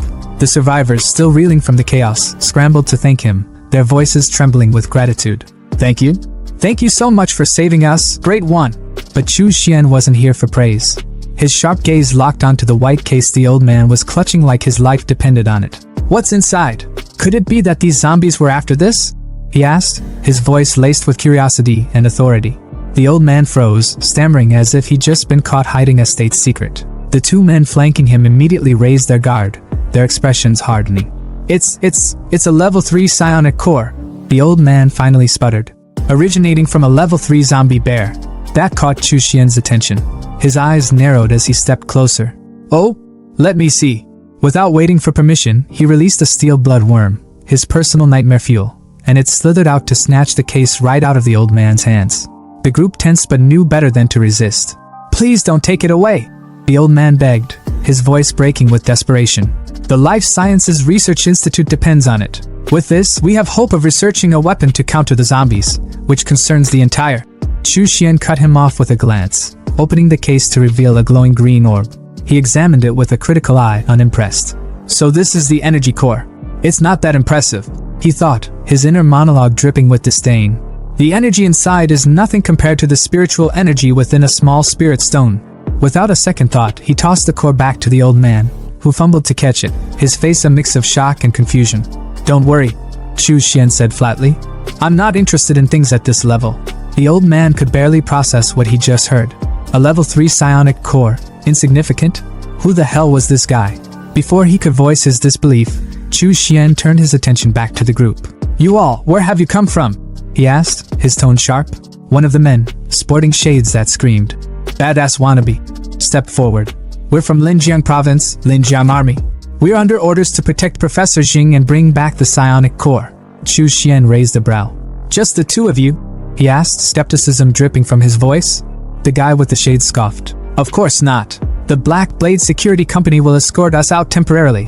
The jacked guy in green, clearly less impressed with this plan, muttered, "If I may ask, what will the Linjiang Army be of use when coming here?" But before the conversation could spiral, Chu Xian's voice cut through, cold and dismissive. "The Linjiang Army?" he repeated, almost as if the name itself was beneath him. As they spoke, Chu Xian's thoughts wandered. Even the strongest cannot compare to the Wuji sect of the past. In these chaotic times, you never know when everything might fall apart.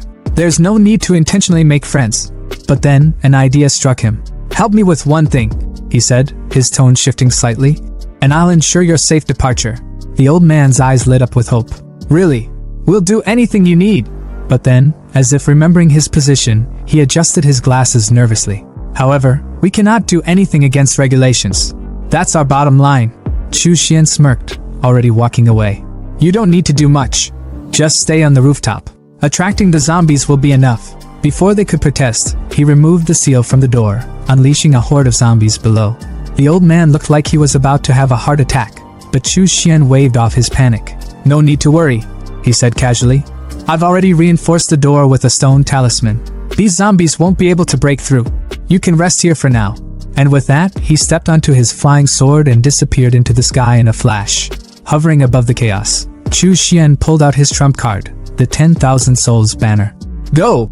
he commanded, activating it with a wave of his hand. Crimson arrays lit up the ground below, forming a massive, birdcage-shaped barrier. The banner planted itself at the center of the attack, radiating raw power.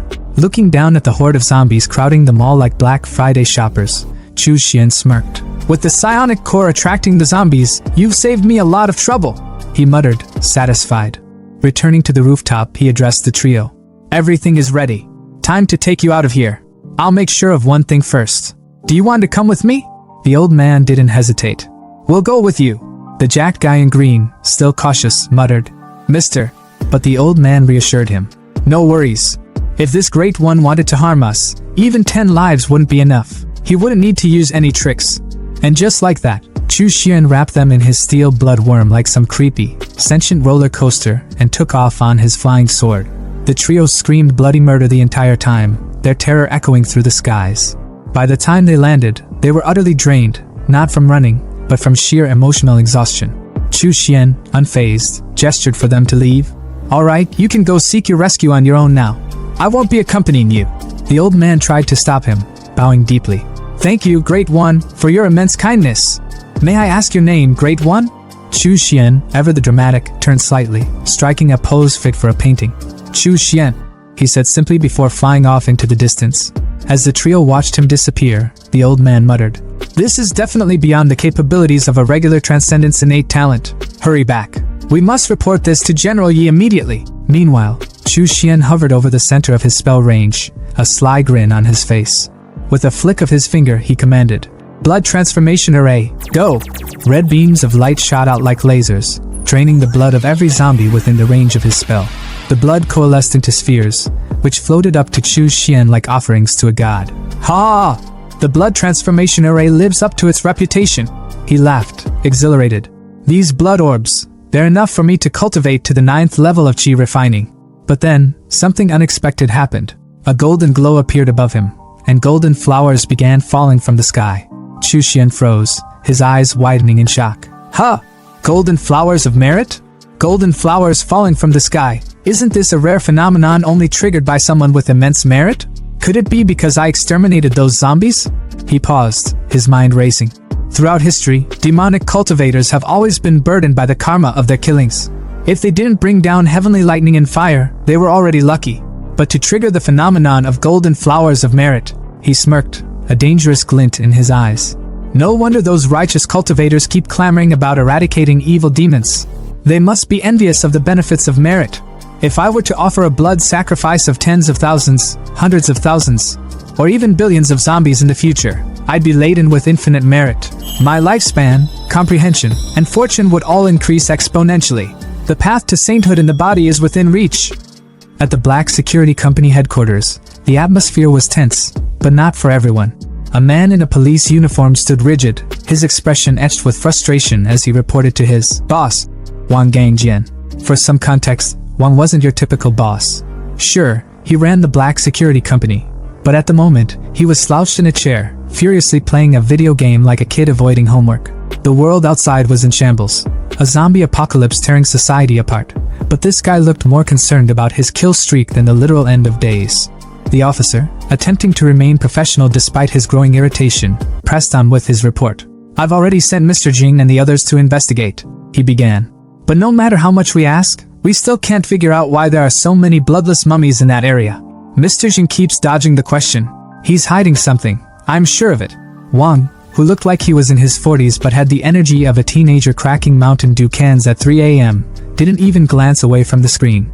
It's near the Spirit Dog Gang's headquarters, he said casually, still mashing buttons on his Nintendo. Go ask Xiao Hong about it. The officer blinked, incredulous. Me? Xiao Hong's a transcendent. He wouldn't even give me the time of day. Finally, Wang paused his game, rolling his eyes as if the apocalypse was an inconvenience to his gaming session. Ha! The Black Security Company is backed by the Linjiang Army. What's a stray dog like Xiao Hong gonna do? Bark at us? With the army reinforcements on the way, Donghu will be ours anyway. Who cares what he thinks? His confidence was palpable, even if his priorities were completely out of whack. Meanwhile, across the city, the Spirit Dog Gang's hideout was undergoing a transformation. The gang, now under Chu Xian's control, was a picture of loyalty, or so they thought. The scene was unexpectedly wholesome. A hot pot feast was in full swing, with steaming dishes of meat and vegetables laid out like a family dinner.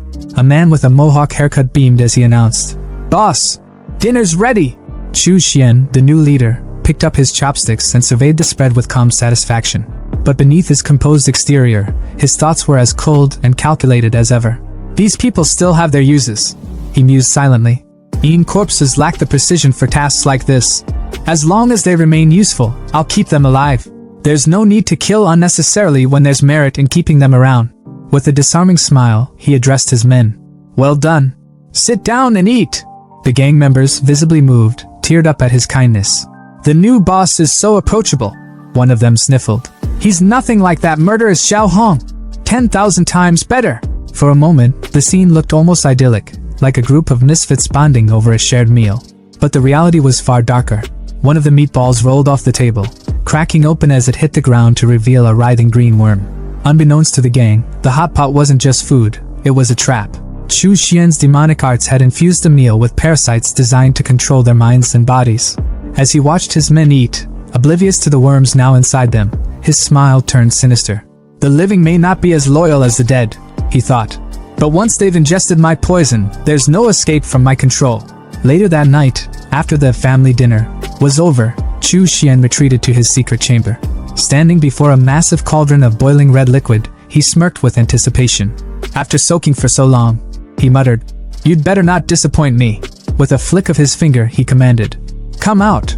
The surface of the liquid rippled violently before a hulking zombie emerged, its grotesque form dripping with power. This wasn't your run-of-the-mill undead. Its head was crowned with thorn-like spikes, its body encased in armor that looked both organic and impenetrable. One arm was a jagged claw fused with bone, while the other was a spike stinger that pulsed with venomous energy. Chu Xian's eyes lit up with pride. "This corpse's arm, an innate magic weapon!" he exclaimed. But his joy was short-lived. The zombie, instead of bowing in submission, let out a guttural roar and lunged at its creator, brimming with aggression. Chu Xian's expression darkened. "Oh? A traitor?" His voice was icy, each word laced with menace, his aura exploding with oppressive energy. His crimson eyes glowed as he sneered. "Not knowing how high the sky is or how deep the ground goes, you dare defy me?" The zombie faltered under his overwhelming presence, its ferocity replaced by trembling fear. Slowly, it dropped to its knees, bowing its head in submission. Chu Xian smirked, victorious. "That's better," he muttered, patting the zombie's head like a loyal pet. Using his magical tower, he analyzed his creation. High grade, level 7 corpse soldier. Innate spells, golden light, divine blade spell, corpse roar art, the tower reported. Chu Xian's pride swelled. "You didn't disappoint me after all," he said. "Your new name is Xiaolong." Calling over two other zombies, Xiao Hu and Xiao Bao, he issued his orders. "Take Xiaolong with you. Teach him the rules, what he can and can't do. Make sure he knows his place." The two roared in agreement, leading their new ally away. Elsewhere, near the Grand Hotel, a soldier from the Black Security Company stood atop a tank, surveying the eerie stillness with binoculars. The silence was unnerving. "Something's wrong," he muttered. "Why is it so quiet? The spirit dog gang's never been like this." His unease turned to panic when he spotted them. Chu Xian's elite zombie trio. "High-level zombies," he gasped. "And there are 3 of them. Even Zhao Hong's men are obeying them? Could Zhao Hong be dead?" His thoughts spiraled as he realized the implications. Has the spirit dog gang been wiped out already? His panic turned to sheer terror when Xiaolong's eyes locked onto him. The zombie's killing intent was suffocating. "Damn it," he stammered. "It saw me. I'm dead." But before Xiaolong could pounce, Xiao Hu stepped in, recalling Chu Xian's orders. In his mind, he replayed the master's command. "You're my men. The murders you commit will count as my own and affect my reputation. Don't kill anyone without my permission." Xiaolong reluctantly backed off, his chance for a first kill slipping away. The soldier, seizing the opportunity, scrambled into his tank and sped off, heart pounding. Once he was a safe distance away, he glanced back in disbelief. "It stopped chasing me?" he murmured, still shaken. Back at his lair, Chu Xian was in deep meditation, surrounded by glowing orbs of energy. As he absorbed their power, the orbs shattered, releasing waves of chi energy into his body. His eyes glowed red as he clenched his fists, exhilarated.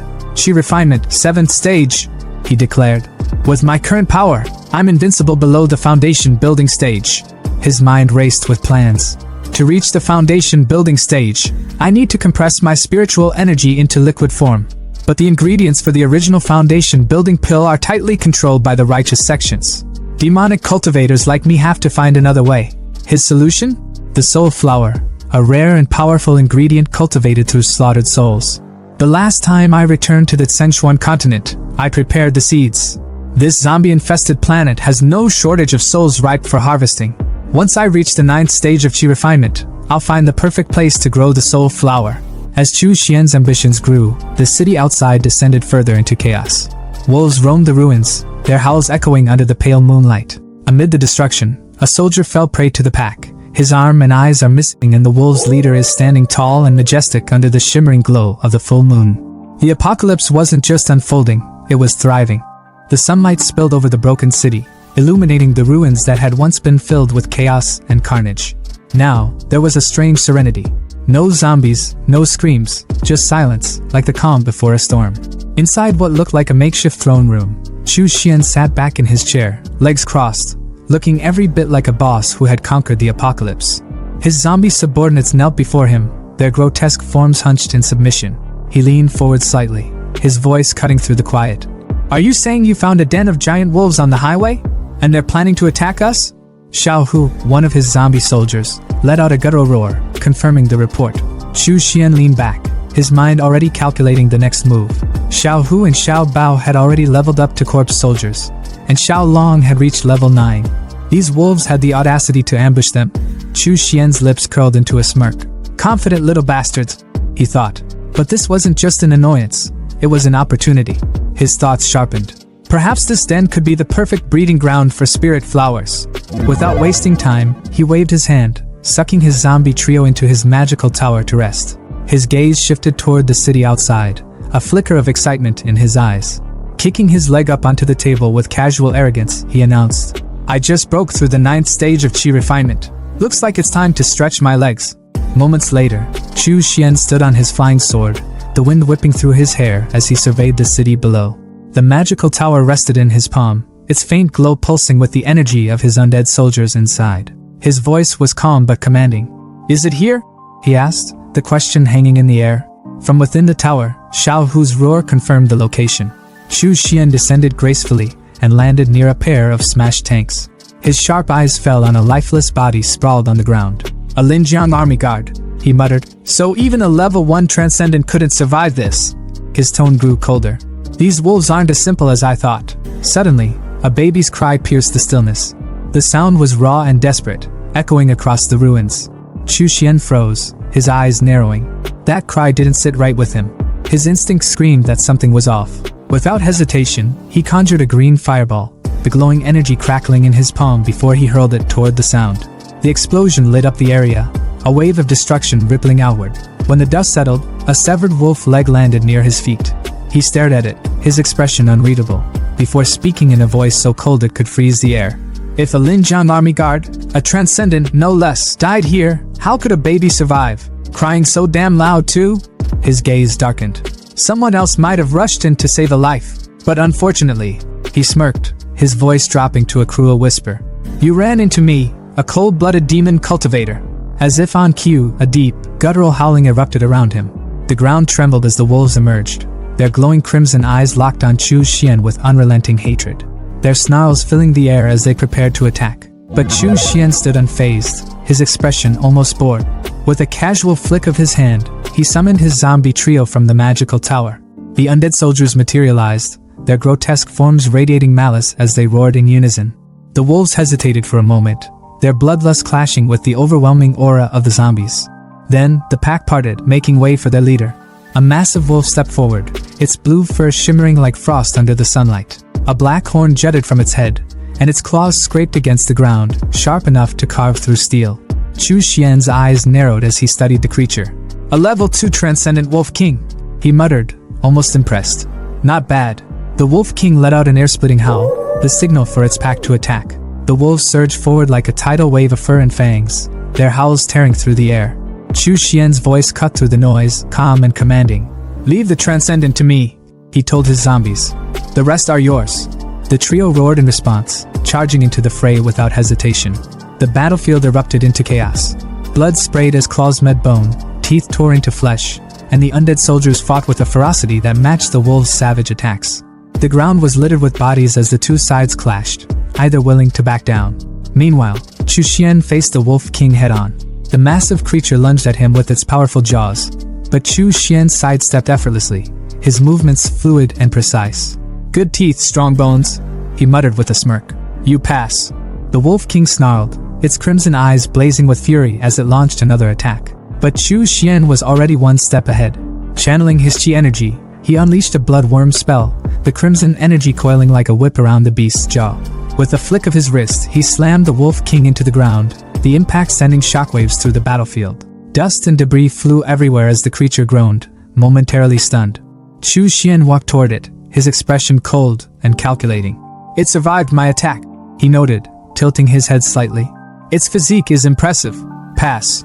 He glanced back at his zombie trio, their grotesque forms tearing through the remaining wolves with ease. The pack was no match for the undead soldiers, and soon the battlefield was silent again, save for the groans of the injured Wolf King. Chu Xian turned to his soldiers and spoke with quiet authority. "Carry them all back to the hotel," he ordered, his voice cutting through the aftermath like a blade. Meanwhile, elsewhere in the city, a tank screeched to a halt at the site of the earlier battle. 3 men stepped out, their faces grim. 2 wore black security uniforms, while the third, a man in a sleek black suit, knelt beside the wreckage. His sharp eyes scanned the area, taking in the scene. "How is this possible?" he muttered, his voice tinged with disbelief. "The vehicle, the supplies, the body of our Linjiang army brother, all gone." Raising his hand, he summoned a green glow of energy. "My talent is with spirit," he explained, "which allows me to communicate with plants and gather information." Placing his glowing palm against a nearby tree, he closed his eyes and let the visions flood his mind. He saw the battle as if through the tree's eyes, zombies dragging away wolf carcasses, a man driving a truck full of supplies. His eyes snapped open as he stumbled back, the glow fading from his hand. "There was a fight here," he said, his voice shaking. "1 human, 3 zombies, and a pack of wolves. The human escaped, and the wolves suffered heavy losses. The Wolf King, it was a level 2 transcendent. Who could walk away from this unscathed?" One of his subordinates, a man in a cap, spoke up. "We've been in Donghu City for a while now," he said grimly. "There are no level 3 transcendent here, and it's impossible for someone to gather enough resources to reach level 4 on their own." He placed a hand on the suited man's shoulder and added, "The waters here are deep and full of mysteries. First, high-level zombies appear, and now this, another strong individual we don't even know if we can trust." The man in suit thinks that the person in the tree vision is similar to Chu Xian's, so the guy in suit is actually the guy with sunglasses who got his ass saved along with his 2 companions by our protagonist a while back then on the rooftop. Back at Chu Xian's base, the once ruined mall was now a thriving farm. Crops flourished under the glow of spirit energy, the air thick with the promise of life. In the center of it all, Chu Xian stood within a glowing magical circle, golden light swirling around him. "The fog array and spirit gathering array are complete," he declared. "Now, this place is a holy land. You can farm and raise livestock in peace." His men cheered, their arms full of fresh crops and vegetables. "The boss is amazing," one of them shouted. "Since the zombie outbreak, we never thought we'd see a day like this." Chu Xian turned away, his mind already on his next move. "This land will be managed by the Spirit Dog Gang to improve food quality," he thought. "But as for the demon spirit plant I want to grow." He entered a dark, ominous room where the injured Wolf King was bound. The creature growled weakly, its body wrapped in sharp, bloodthirsty vines that tightened with every movement. Chu Xian's eyes gleamed with ambition as he stepped closer. "Spirit flower," he said, his voice low and full of resolve. "My path to building my foundation rests on you." The streets of Qinghe City were alive with the buzz of daily life, people moving about their mundane routines, blissfully unaware of the storm brewing right under their noses. Among the crowd, a figure cloaked in black moved with quiet determination. Chu Xian, his hat pulled low to obscure his face, walked silently, his mind racing. The spirit flower had been planted on the blue sea star and would only mature when the blood mirror was restored. His mission this time was crystal clear, to obtain magic skills suitable for the foundation period. As he activated his hearing technique, the range of his red aura expanded, thanks to his snail companion's recent glow-up. The glow wasn't just for show, it meant business. Chu Xian muttered under his breath that he needed to find a disciple of the Wuji sect to connect with Lu Junxiong. It didn't take long for his technique to pick up a conversation. 2 cloaked figures were talking in hushed tones nearby. It wasn't hard to figure out who they were. Melon Guy and Brunette, Chengge and Wei Hua. Melon Guy's voice came through first, his tone laced with worry as he asked if Zhang Cheng would even show up. Chu Xian smirked to himself, the thrill of the hunt lighting up his thoughts. "Found them." Brunette's voice was steady, urging caution. They couldn't afford to get caught, or worse, betrayed. But Chu Xian scoffed under his breath. Caution wasn't going to cut it. Even if Zhang Qing wasn't a traitor, trouble would follow him like a bad smell. Adjusting his hat, Chu Xian decided it was best to keep his distance for now. He'd deal with them when the time was right. The street's calm was shattered when a head, wrapped in white cloth, was tossed onto the ground. The crowd gasped in horror, their murmurs filling the air like static. A tall man with striking blue hair stepped forward, oozing an aura of menace. With a smug grin, he introduced himself as Ouyang Hao, the Shigang sect's 4th disciple. His voice was loud and commanding as he declared his mission, hunting down the remnants of the Wuji sect. The head on the ground? Zhang Cheng's. The crowd recoiled as Ouyang gloated, his tone making it clear he wasn't just here to hunt, he was here to make a statement.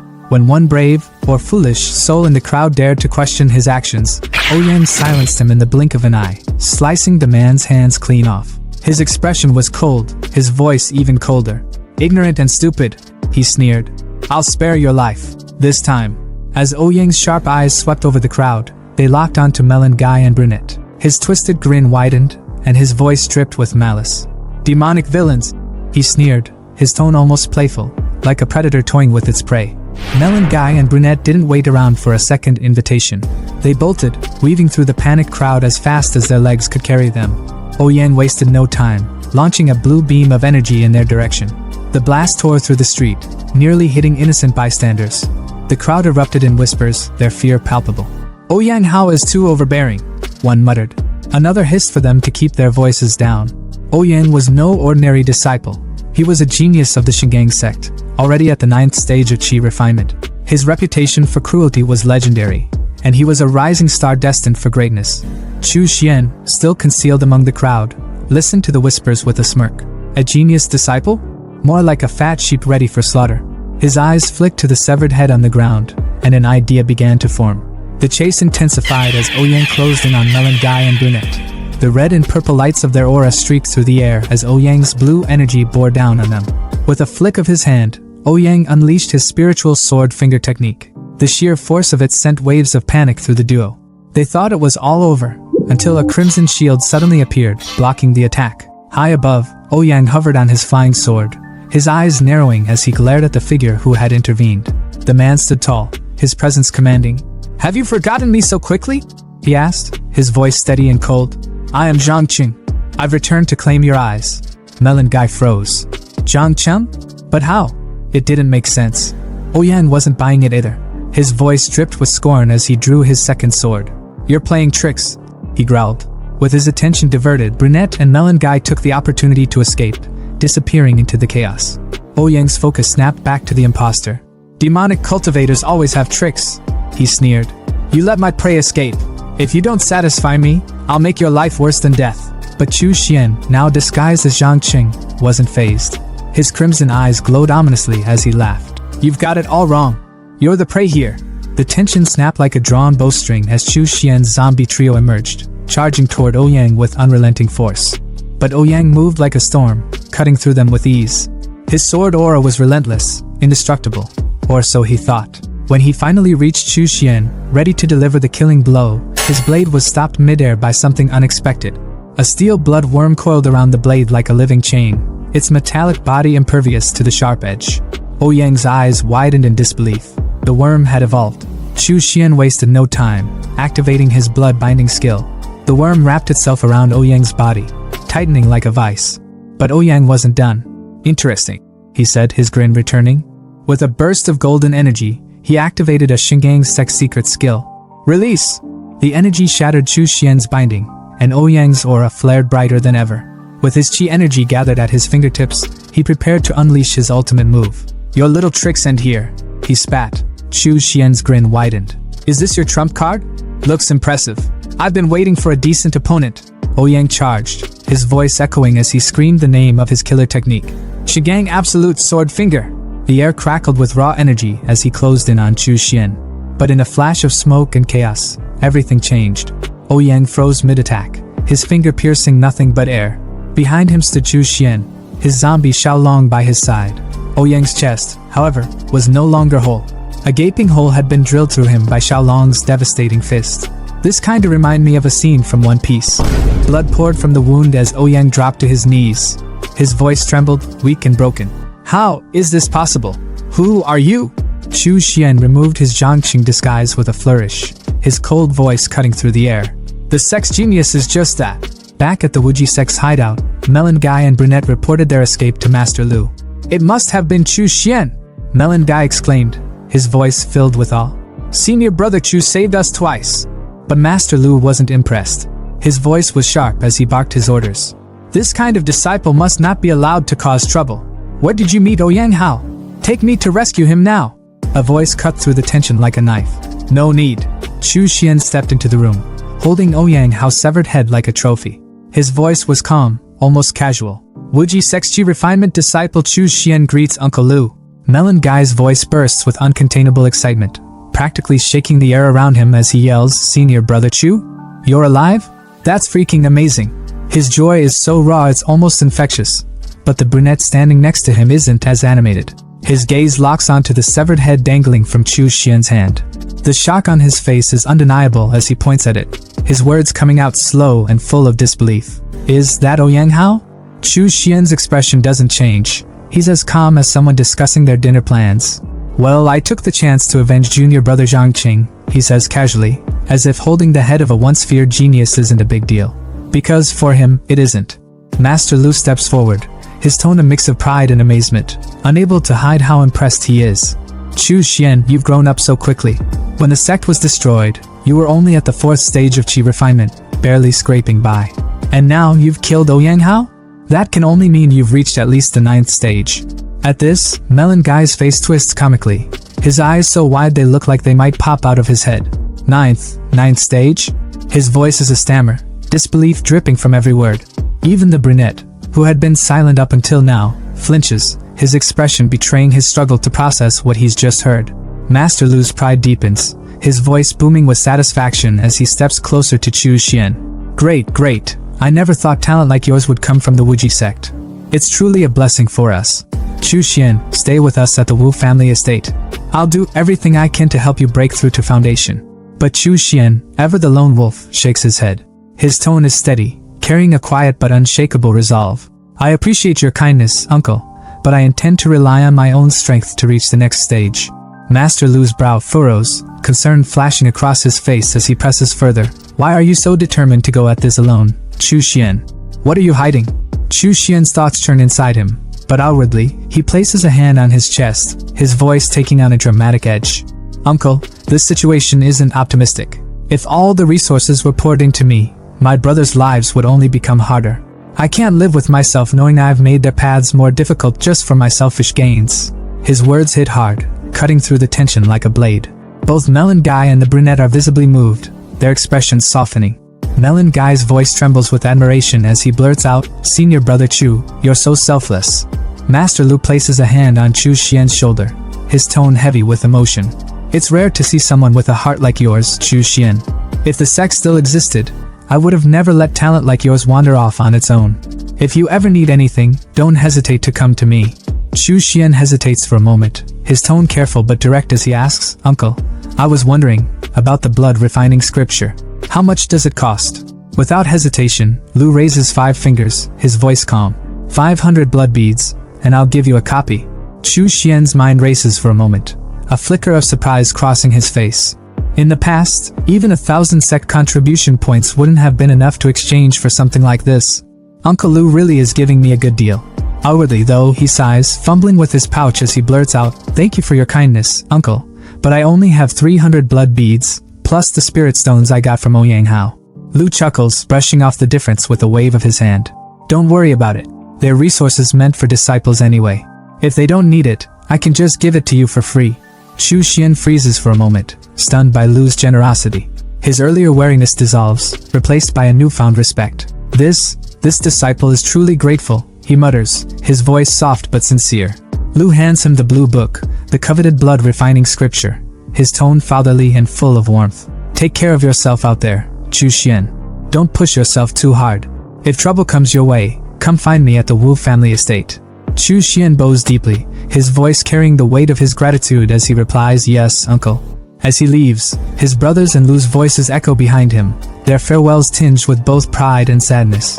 Chu Xian, however, is lost in thought as he walks away. The Wuji sect may have been a demonic sect, but someone as kind and good-hearted as Lu Jinxiong exists here. This world, that Sengshuan continent, is there even a place where good people can thrive? His thoughts linger, heavy with contemplation, until the scene shifts to the Wuji sect training grounds. There, Su Ming, the arrogant traitor who once betrayed Chu Xian, is blindsided by shocking news. "Uncle Lu, how did we get so many blood beads?" His voice is sharp, suspicion dripping from every word. Lu's reply is simple but heavy with meaning. "They were brought by Chu Xian." At this, Su Ming's face twists in disbelief, his voice rising. "Chu Xian? He's still alive?" The brunette, who had been silently observing, finally speaks, his tone cutting like a blade. "Not only is he alive, But he's reached the 9th stage of chi refinement and killed Ouyang Hao. Su Ming freezes like a statue, his thoughts a chaotic mess. Did Chu Xian really kill those guards at typing? But how the hell did his power grow so fast? The brunette smirks, his words sharp and mocking as he addresses Su Ming. If you think so little of senior brother Chu, then you won't want his share of the blood beads, right? Melon guy, never one to miss a chance to tease, jumps in with a grin. If you don't want them, we'll happily take them. Su Ming panics, his desperation spilling over as he stammers. I want them. I want them. His hands reach out greedily, clutching at the air as if afraid the beads will vanish. But deep inside, jealousy burns like fire. Damn it, Chu Xian must have found something extraordinary. How else could he grow so strong so quickly? What the hell is he hiding? Back at the Grand Hotel, Chu Xian's hideout. The atmosphere is anything but calm. A shimmering purple energy leaks from a small golden mirror, rousing one of the wolves guarding his room. The mirror, the very artifact that summoned Chu Xian to this apocalyptic world, hums with power as Chu Xian steps through. His wolves rush to greet him, their tails wagging with unrestrained excitement. He pets them briefly before heading inside, where 2 of his men greet him with relieved smiles. Boss, you're finally back. It's been 2 months, but everything is fine. The garden core were harvested without a hitch. Chu Xian smiles, his voice calm and approving. With Xiao Hu and the others patrolling with the spirit dogs, plus the arrays, it looks like no one dared approach the Grand Hotel. But his focus quickly shifts as he opens a nearby door. His thoughts are sharp and focused. The most important thing now is the spirit flower. Purple energy spills out through the gap, and as he steps inside, his eyes widen at the sight. The room is overrun with spiky purple vines, their flowers blooming in abundance. There are so many of them. These spirit flowers are enough for me to refine 3 foundation blood pills, he exclaims, his excitement barely contained. But his expression darkens as his gaze falls on the unconscious Wolf King, its body wrapped tightly in vines. He crouches down, his voice low and cold. You've lasted this long thanks to your strong body. But now that everything is ready, your time is up. With a swift motion, he disconnects the main vine, ending the Wolf King's life without hesitation. The room fills with the ingredients he's carefully cultivated for his next plan. The path of cultivation, it's all about resources. Talent alone isn't enough, he muses. Sitting before an ancient furnace, Chu Xian begins the refining process. 1 foundation blood pill can increase the success rate of breaking through by about 30%. As the red spheres of energy brew within the furnace, Chu Xian retrieves them one by one, their power radiating in his hands. With 1 orthodox foundation pill from Ouyang Hao's storage, I have 4 chances to break through to foundation, he calculates. Dropping a golden pill into his mouth, golden energy surges around him like a storm, his hair standing on end. But he quickly regains focus, gathering the energy into a concentrated ball that dissolves into his body. The power of just 1 pill isn't enough to liquefy my spirit power completely, he thinks, his resolve hardening. Foundation blood pill, work for me. He swallows another pill, the air around him becoming thick with chi energy. The yin-yang symbol projects behind him as his glowing eyes focus with intensity. Then, in a flash, his consciousness shifts. Chu Xian finds himself in a vast, dark blue space, like the depths of an ocean. Confusion flickers across his face as he mutters, "This is..." Before he can make sense of it, a thunderous voice cuts through the void, filled with rage and hate. "Chu Xian, you cruel, demonic cultivator." A massive wolf silhouette emerges from the shadows, its presence oppressive and suffocating. "I will never let you break through foundation." The wolf lunges toward him, its jaws wide enough to swallow him whole. But Chu Xian remains calm, his thoughts sharp and clear. No, this is a hard demon illusion. The creature let out a deafening roar, its immense aura crushing the air around it, but Chu Xian didn't even flinch. His gaze was sharp, unbothered, as he raised a single finger. From its tip, a glowing red spiritual energy began to swirl, crackling with raw power. Without hesitation, Chu Xian unleashed his energy bullets at the monstrous wolf in front of him, his voice cutting through the chaos like a blade. "Get lost!" he shouted, his tone dripping with venom. But even as he attacked, his mind was racing, sharp and analytical, piecing together the situation like a puzzle. He thought bitterly, although the foundation-building blood pill mimics the effects of a genuine foundation-building pill, it's nothing more than a counterfeit, a desperate crutch for demon cultivators. Its medicine is tainted, filled with the resentment of living souls, and that poison seeps into the heart, creating this heart demon illusion. The wolf's form twisted, its dark aura growing denser, its piercing red eyes slicing through the watery barrier between the two. It lunged forward, relentless, its energy like a tide that couldn't be stopped. Chu Xian grimaced. The hard demon energy was like an infection that couldn't be destroyed. Every attack only seemed to feed its strength, making it grow fiercer. His aura bullets slammed into the beast over and over, but the damn thing just kept regenerating, like some cruel cosmic joke. The wolf let out a guttural snarl, its voice deep and mocking as it taunted him. "Stop wasting your energy, Chu Xian!" It growled, its body swelling, growing until it loomed over him like a mountain, a colossal figure that made him look like an ant. "You're nothing but mediocre. No talent, no family, no background. You couldn't even pass the threshold of a proper sect like the Shili sect. You're a nobody, a pathetic fool who doesn't even deserve to dream of breaking through the foundation building stage. Just give up. Cultivation will only lead you to misery." Chu Xian's eyes burned with defiance. His fists clenched so tightly his knuckles went white. "Discuss the Tao? Fine then. So you want to talk about the Tao?" He spat back, his voice cutting through the wolf's tirade. The beast's voice rumbled like thunder. "The sage is merciless, treating people as livestock. The righteous sects monopolize resources, locking the weak in chains and reinforcing class divides. Following the so-called righteous path leads nowhere. It's a road to insignificance." Chu Xian's lips curled into a smirk, his eyes fierce as he pointed a finger at the creature. "And yet, the path of demon cultivation is no better," he fired back. "You seize the essence of heaven and earth, drain the vitality from all things, and call it power? How could such an unorthodox path lead to true success?" The wolf's massive claw, crackling with blue lightning, came crashing down toward him, but Chu Xian didn't even blink. He stood tall, arms outstretched, his voice rising above the chaos. "If the heavens won't give it to me, I'll carve my own path. I'll dominate, even if it means wading through rivers of corpses. I now possess the blood mirror destiny and the resources of an entire planet. I, Chu Xian, will defy the heavens themselves and rewrite my fate." The wolf hesitated for a fraction of a second, but it was enough. Its massive form began to crack, its skin rotting away in an instant, leaving behind only a pile of shattered bones. As the remains fell into the waters below, something new emerged, a pair of delicate hands, pale and almost glowing. From the bones rose a stunning woman with feline ears, her body barely wrapped in a thin, silk-like cloth that left little to the imagination. She floated upside down toward Chu Xian, her movements slow and deliberate, her gaze seductive. Most men would have been utterly disarmed by her presence. A literal nosebleed moment. But Chu Xian, nah, my boy wasn't about to simp. His expression didn't falter for a second. She leaned in, her hand brushing against his shoulder with a teasing touch. Her voice was smooth, almost hypnotic, as she whispered, "Chu Xian, you were never inherently evil. Think back to why you began cultivating in the first place." She floated behind him, pressing herself against his back, her breath warm against his ear. "When you first crossed over, you were oppressed, living on the edge of survival, willing to do anything for power. But now, look at you. You're already the strongest in Donghu City. No one can threaten you anymore." She moved in front of him, her silk falling away completely, leaving her entirely exposed. But Chu Xian only frowned, unimpressed, almost disappointed. Her voice dripped with temptation as she said, "Power, wealth, beauty, it can all be yours. Stop fighting, and you can enjoy everything life has to offer." Chu Xian's smirk returned, sharp and unyielding. His voice was steady and cold as he replied, "As expected of the infamous hard demon illusion. You almost had me, but this little performance of yours? It's just a stall tactic to outlast the effects of the foundation-building blood pill." Her composure cracked, her body tensing as his words cut through her like a blade. He raised his hand, revealing a crimson pill glowing with ominous energy. Without hesitation, he popped 2 of them into his mouth, swallowing them down like candy. His body erupted with fiery energy, his aura exploding outward as flames began to consume him.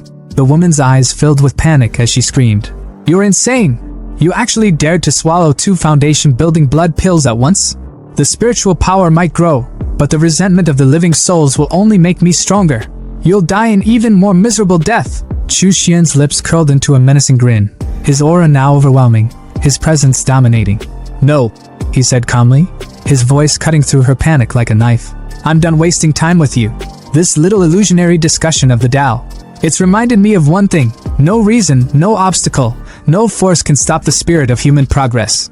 His body trembled slightly as fiery wings burst from his back, flames engulfing him completely. He shot into the air like a phoenix, leaving an explosion of fire in his wake. His eyes now glowed a blazing red as he hovered above her, his voice booming with power and conviction.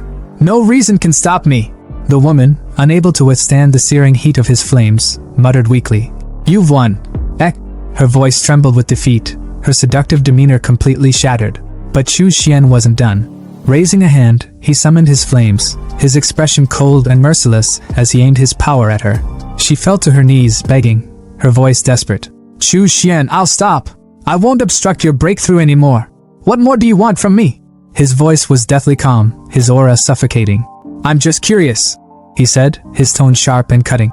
Whether the blood fiend magic refining scripture can burn away this hard demon of yours. Chu Xian clenched his fist, and his magic lashed out like a serpent, wrapping tightly around the catgirl. She screamed in agony, her cries echoing through the space, the heat of his magic searing her skin. Well, considering she was completely naked, it probably burned even worse. Her voice rose, desperate and filled with pain. What? No! Chu Xian! You are cruel, heartless! Are you not afraid of retribution? But Chu Xian barely spared her a glance, his tone cold and detached as he watched her body burn away into raw energy. Retribution? You're wasting your breath, beast. That's not something I'm worried about. The flames consumed her entirely, leaving nothing behind but pure energy, which Chu Xian absorbed into himself without hesitation. His confidence grew with every passing second, his voice ringing with conviction as he declared, My merits will only grow greater. My path of demon cultivation will stretch endlessly, to eternity. Meanwhile, outside his consciousness, his physical body remained seated in a meditative state, his expression calm but intense. Then, all at once, his eyes snapped open, glowing a fierce, unrelenting red. A thunderous shout erupted from his mouth. Break for me. A tidal wave of energy exploded from his body, radiating outward in every direction. His aura was suffocating, and his glowing red eyes gleamed with an intensity that could pierce the heavens. The power surged beyond the confines of his room, breaking through walls and spreading across the entire building. Outside, pedestrians trying to avoid the wandering zombies stopped in their tracks, shielding their faces from the fiery red light that shot through the roof like a beacon in the night. Even the zombies, mindless and devoid of consciousness, paused in confusion, their heads turning toward the light. Far away, in the headquarters of the Black Security Company, the phenomenon caught the attention of the boss, Wang Gangjian, who stood with his men. The Cap's subordinate beside him spoke with urgency. A strange phenomenon has appeared. It could be a sign of the zombie tide. Wang Gangjian's face darkened as he addressed his men. Once the zombies form a tide, it's no different from a natural disaster. Wherever they go, everything is destroyed. Even level 3 extraordinary beings don't stand a chance. You, investigate the surrounding situation immediately. If there's any sign of a zombie tide, report back at once. His men replied swiftly. Understood. Back in Chu Xian's room, the energy began to stabilize. Surrounded by the red glow of his aura, Chu Xian's lips curled into a triumphant smile. His voice was filled with excitement, yet there was an eerie calm to it. I've broken through. Foundation building level 1. He laughed softly, almost in disbelief. To think, becoming a foundation building cultivator means an additional 100 years to my lifespan. I've truly transcended the ordinary now. His smile grew wider as he continued. From now on, I can fly without the aid of external tools. And not just that, I can refine a personal magic weapon, binding it to my soul so it grows alongside me. It'll be leagues stronger than any ordinary magic tool. He reached for the Blood Fiend Magic Refining Scripture, the book Master Lu had sold to him. Flipping through its pages, his eyes rested on a specific section, and he muttered, In the Blood Fiend Magic Refining Scripture, the most suitable weapon for me is the soul-devouring rope. The text described its terrifying abilities. Once activated, the rope could launch a piercing attack, targeting the soul directly, and its wielder could control it with precision. The crafting process, however, was no small feat. The rope required hot steel as its base, combined with rare materials like white bone bamboo, the soul of a powerful being, and 6 other components, including intoxicating vine. The refinement process alone would take 36 days. Insha steel is a material crafted by demon cultivators. It's made by placing ordinary steel in areas rich with Insha energy, letting it absorb the Yin Qi. It sounds simple, but Insha zones on the Tsengxian continent are heavily guarded by spies from the righteous sections. If I get too close, it'll put me in mortal danger. He paused, weighing his options. Even here on Blue Star, condensing Insha requires the blood and souls of at least 10,000 zombies. His gaze sharpened as he pieced together a plan. Based on how they behave, zombies usually roam alone. But wait, those undead are drawn to high-level spirit cores. If I hunt some extraordinary beasts, I can use their spirit cores as bait to lure the horde. Then, with the right array, I can accelerate the formation of Insha steel. That will make crafting my personal magic weapon almost effortless. The scene shifted to Xiao Bao, darting through the streets like a blur, a glowing green core clutched tightly in his hand. Behind him, a horde of zombies stumbled and scrambled to keep up, drawn to the core's energy like moths to a flame. Meanwhile, a fat man crouched behind a building, observing the chaos from a safe distance. High above the city, Chu Xian stood on his flying sword, his gaze sweeping over the streets as his zombie trio herded thousands of undead from 3 different directions, funneling them toward a central location. Chu Xian's mind calculated quickly. The number of zombies has almost reached 10,000. I need to find the right ground, bury the demonic steel, and activate the formation to begin the refinement process. As Chu Xian scanned the area, his eyes caught sight of the fat man sprinting away from the scene, his movements frantic. Chu Xian frowned. Who's that guy? He'd better not mess this up. I don't want to lose merit because of some random bystander. The fat man rushed toward the black security company, gasping for air as he reached his comrades. 5 high-level zombies. It's a sign of a zombie tide, he stuttered. I also found a bunch of first-level spirit beast skeletons outside. The zombies must have eaten them. The capped man's face tensed as he processed the information. If the zombies provoke the spirit beasts into gathering, Dongwu City will be wiped out completely. Suddenly, a scream pierced the air. The capped man turned to see one of his comrades being dragged into the shadows, a giant spider sinking its fangs into his neck. The poor man's pleas for help were drowned out by the sound of the spider's venomous enzymes corroding his body. Within seconds, he was nothing but spider food. The fat man, thinking he was the main character of this story, stepped forward, pulling out what appeared to be a magical spear. But instead of a traditional weapon, he used his own unique ability, fat manipulation. His body shimmered as he shaped his excess fat into a spear, hurling it at the spider with surprising speed, like a thunderbolt made of pure grease.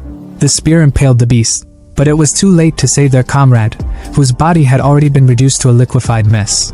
The capped man observed the scene grimly. Spiders are mutated spirit beasts. Even though they don't form spiritual energy cores, their venom and enzymes are lethal. There's no saving someone once they're bitten. The fat man glanced nervously at the room ahead, which was filled with webs. His stomach churned as he muttered, "There are so many webs in there. What if there's more than one spider?" The silence was heavy, but Fatty's intuition was sharper than anyone gave him credit for. He was right, too damn right. From the shadows, an army of spiders began crawling out, their numbers quickly swelling to about 20. But the real nightmare? Behind them loomed a massive spider with 6 glinting, soulless eyes, a grotesque predator that screamed, "Boss fight." The guy in the cap froze for a moment before blurting out, "Shit, this is an actual spider's nest." Fatty, true to his survival instincts, turned on his heels and yelled, "Run for your lives!" But before they could make it far, the giant spider's web shot out, snaring Fatty and his friend mid-run. They dangled upside down like bait, Fatty screaming his lungs out, "Help me! Somebody save me!" The guy in the cap's face twisted in panic as he recognized the monster. A 3rd-level spider mother? Are you kidding me? He pulled out his dagger in desperation, slashing at the sticky, glistening web with everything he had, but it was like trying to cut steel with a butter knife. Damn it! Damn it! I can't cut through this! It's over! We're done for! Despair choked the air as the spider closed in, its fangs glinting with venom. Just when it seemed like the end, a burst of red energy sliced through the web like it was paper, freeing the trapped duo in an instant. The guy in the cap stared in disbelief, his mind racing. There's no way. That web is the strongest material spun by a 3rd-level spider mother. I gave it everything I had and couldn't even scratch it. Who the hell just cut through it with one blow? Before he could process, all eyes turned upward. There, riding on a flying sword, was none other than Chu Xian, his figure exuding power and calm arrogance. He never used the sword for battle, preferring his bloodworm as his weapon of choice. But now he was floating like some mythical figure straight out of a legend. The guy in the cap and Fatty could only stammer, A sword immortal? Even the spider army froze, their predatory instincts kicking in, sensing the overwhelming danger. But Chu Xian, unfazed, looked down on them with sharp eyes, his mind already calculating. What luck, he thought to himself. The spiritual energy core of a 3rd-level spirit beast is so much more potent than those of the lower levels. This is going to be fun. He smirked coldly, his voice cutting through the tension as he taunted the spider mother. How hilarious! A puny little insect like you dares to challenge me. Without waiting for a response, he summoned his magical tower, and with a commanding voice, called out, "Come forth!" Descending from the sky like harbingers of doom, Chu Xian's zombie trio landed with an earth-shaking impact. What followed was nothing short of a massacre. The zombies tore through the spider army with inhuman strength and terrifying efficiency. Each swing of their fists, and every burst of power was a sick montage of destruction that left even the guy in the cap slack-jawed. He can control zombies? He muttered, his voice trembling. Fatty, on the verge of fainting, pointed shakily. Wait, those zombies, weren't they the ones leading the zombie tide earlier? Does that mean the tide was caused by a human? The spider mother, realizing the dire situation, shot a web directly at Chu Xian, desperate to turn the tide. But Chu Xian simply raised a hand, purple energy crackling at his fingertips. Hellfire explosion! He roared, unleashing a fiery blast of purple flames that incinerated the web midair. The flames devoured the silk as if it were nothing, leaving nothing but ash. The spider mother screeched in fear and turned to flee. But Chu Xian's laughter echoed like a sinister thunderclap. Run? You think you can escape from me? The flames intensified, consuming the spider mother as she writhed in agony, her screams fading into silence. The zombie trio stood motionless, watching the carnage with eerie detachment, as did the two black security members, frozen in awe and terror. When the flames died down, the spider mother's corpse lay charred, her body yielding 3 glowing green energy cores and a glimmering silk thread. Chu Xian retrieved the loot effortlessly with his magic, inspecting the silk with fascination. Tempered by hellfire, and it's become even stronger? What a surprise. This will be perfect material for the soul-killing rope. Handing the energy cores to his zombie trio, he ordered. Use these to attract more zombies. Let's keep the tide rolling. Turning back, his expression darkened, and the two men felt every nerve in their bodies scream in fear. They knew. The zombie tide, the thing that had terrorized them and countless others, was caused by this man. And now, he was looking at them with a cold, suffocating aura. Was he going to silence them for knowing too much? Chu Xian's voice, sharp and icy, cut through their thoughts. Are you two with the black security company? They immediately dropped to their knees, bowing frantically. Yes. Immortal, we thank you for saving us. Chu Xian's eyes narrowed as he thought to himself. They're terrified. Good. Makes things simpler. Without breaking his intimidating demeanor, he commanded. Leave this place immediately. Go back to your people and tell them this. No one is to come within a kilometer of this area. If anyone dares to disobey. He didn't finish, but the unspoken threat was enough. The guy in the cap scrambled to his feet, screaming. Understood. We won't disturb you ever again. They bolted like their lives depended on it, which, to be fair, they probably did.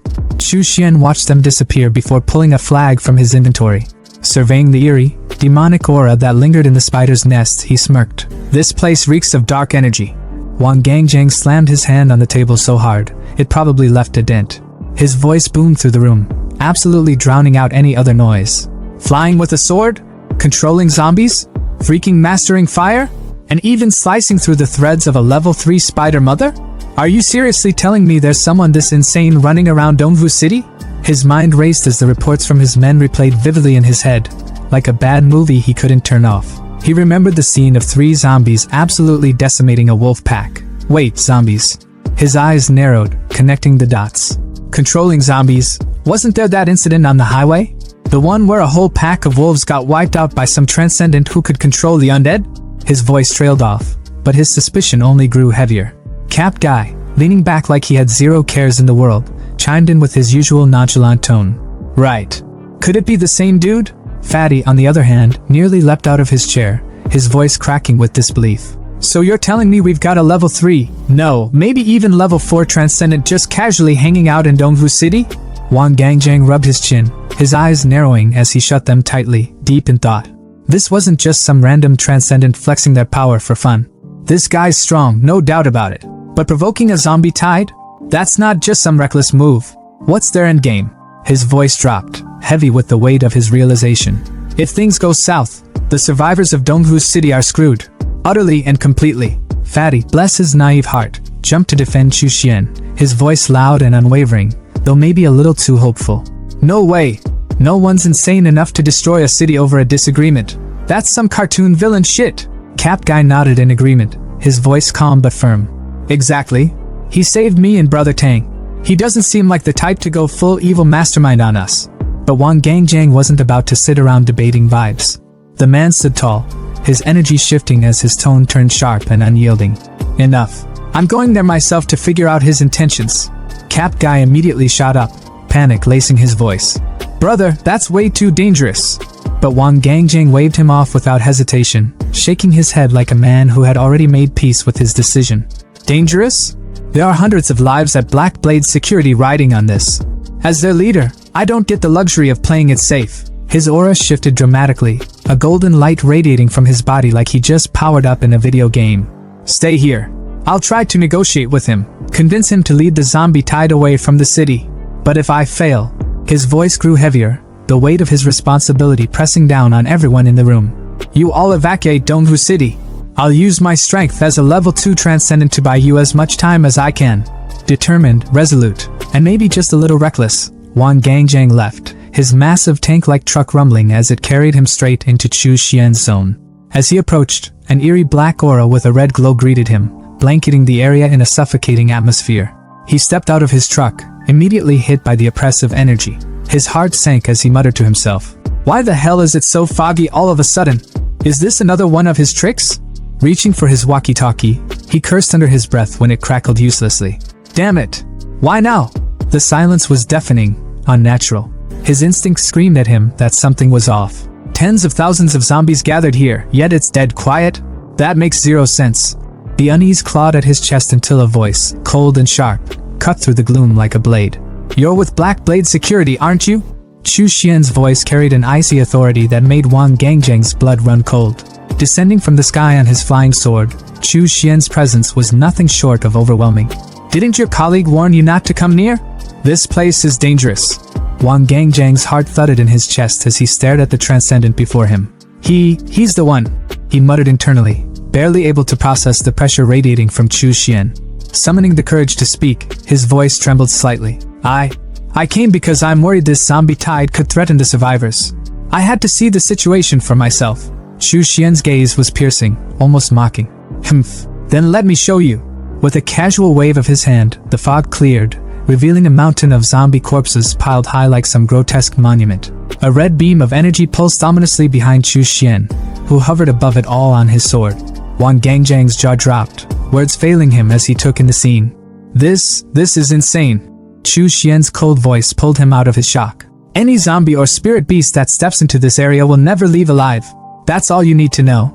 Without another word, Chu Xian walked away, leaving Wang Gangjang to process the sheer power he had just witnessed.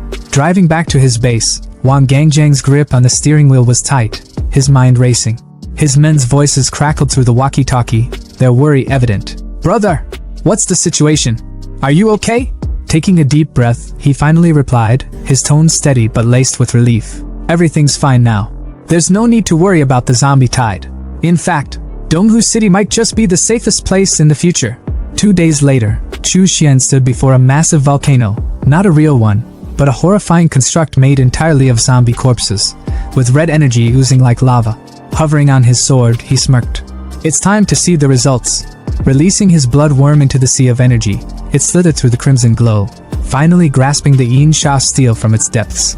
Chu Xian held the steel, feeling the malevolent energy coursing through it. Not bad, he thought. Nearly 100,000 zombies condensed this high-quality aura. Finally, I have all the materials I need for the soul-binding rope. Suddenly, the sky above him shifted. Dark clouds parted as golden lightning struck down, illuminating the volcano. Red energy erupted into the air, colliding with the golden light, forming a dragon of pure gold and a fiery red phoenix. The two celestial beings spiraled above him, their forms radiant and awe-inspiring. Chu Xian's grin widened as he realized what was happening. Dragon and phoenix auspicious clouds, cleansing soul golden rain. He could barely contain his excitement. This phenomenon is even grander than the last. Golden rain began to fall, and Chu Xian felt its power seep into his very soul. His mind cleared, his cultivation advancing rapidly. My soul has doubled in strength, he thought, shielding his eyes from the blinding light. This golden rain is like enlightenment. My control over corpses has skyrocketed. Truly, this phenomenon is boundless. Even the wild grass around him began to glow, benefiting from the rain's mystical energy. Heh, he chuckled. Even the plants here owe me one. Maybe some unique spiritual life will emerge in the future. 3 months later, Chu Xian's base was thriving. His men worked the fields, a stark contrast to the apocalyptic chaos outside. In his room, Chu Xian sat cross-legged, a whip lying in front of him on a glowing magic circle. His eyes gleamed with satisfaction as he picked it up. Finally refined, he muttered, wrapping it around his hand. Testing it with a casual flick, the whip exploded against the wall, sending his underlings outside into a panic. What the hell was that? one of them shouted, his voice cracking. Chu Xian smirked, binding the rope to his soul. As expected. It's like an extension of my will. Its potential is unmatched. Opening his blood-refining scripture, he began planning his next steps. The Blood Fiend Refining Demon scripture is divided into 9 layers, each tied to the levels of foundation establishment. Each level unlocks a new spell, and with yin energy, their effects increase exponentially. For most, this amplification was meaningless. But for Chu Xian, with his endless supply of yin energy, it was a game-changer. Gathering the malevolent energy into vials, he felt the power surge through him. Smirking, he thought, I'll use this yin energy to push my cultivation to the next level. Let's see how far I can go.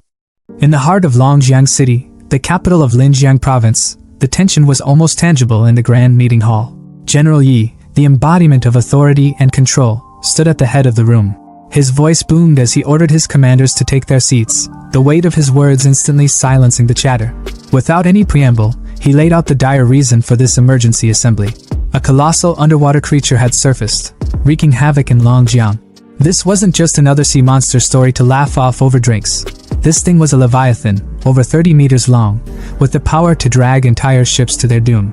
One of his officers, stepping forward, pointed to a projection of the beast's handiwork, a sunken cargo ship, twisted and broken like a child's discarded toy.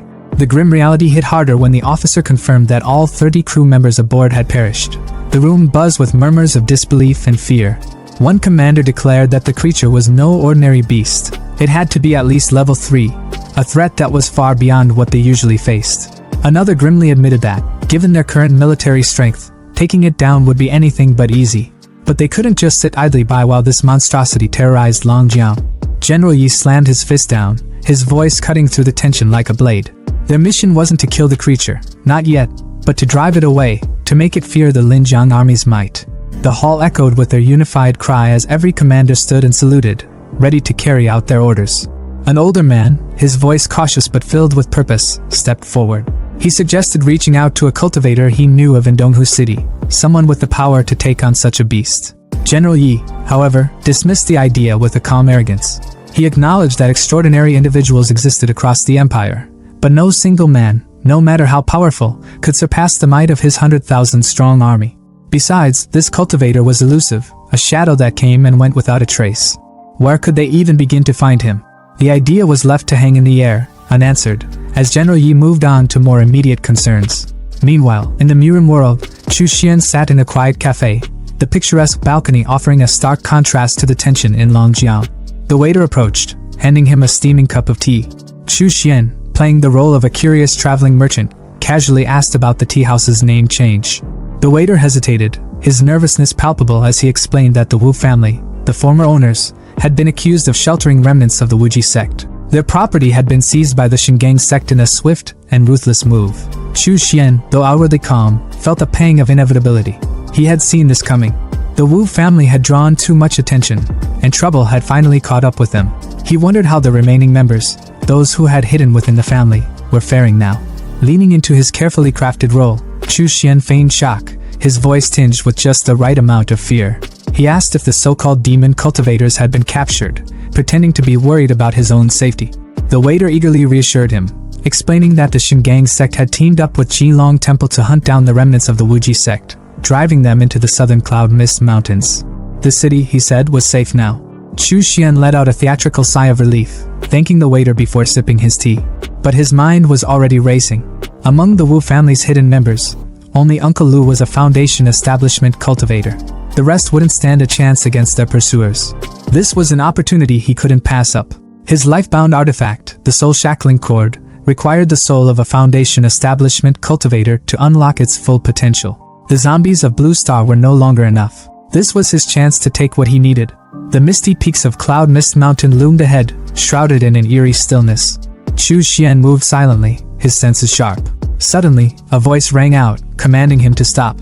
Emerging from the fog were 4 men, their uniforms marking them as disciples of the Shingang sect. Chu Xian's face twisted into a mask of fear, but inside, he was smirking. This was exactly what he had hoped for. One of them was a Foundation establishment 3rd stage cultivator, while the other 3 were mere chi refinement cultivators. A perfect haul. He feigned nervousness, scratching his head as he explained that he was just a rogue cultivator hunting monsters for spirit stones. But the disciples weren't buying it.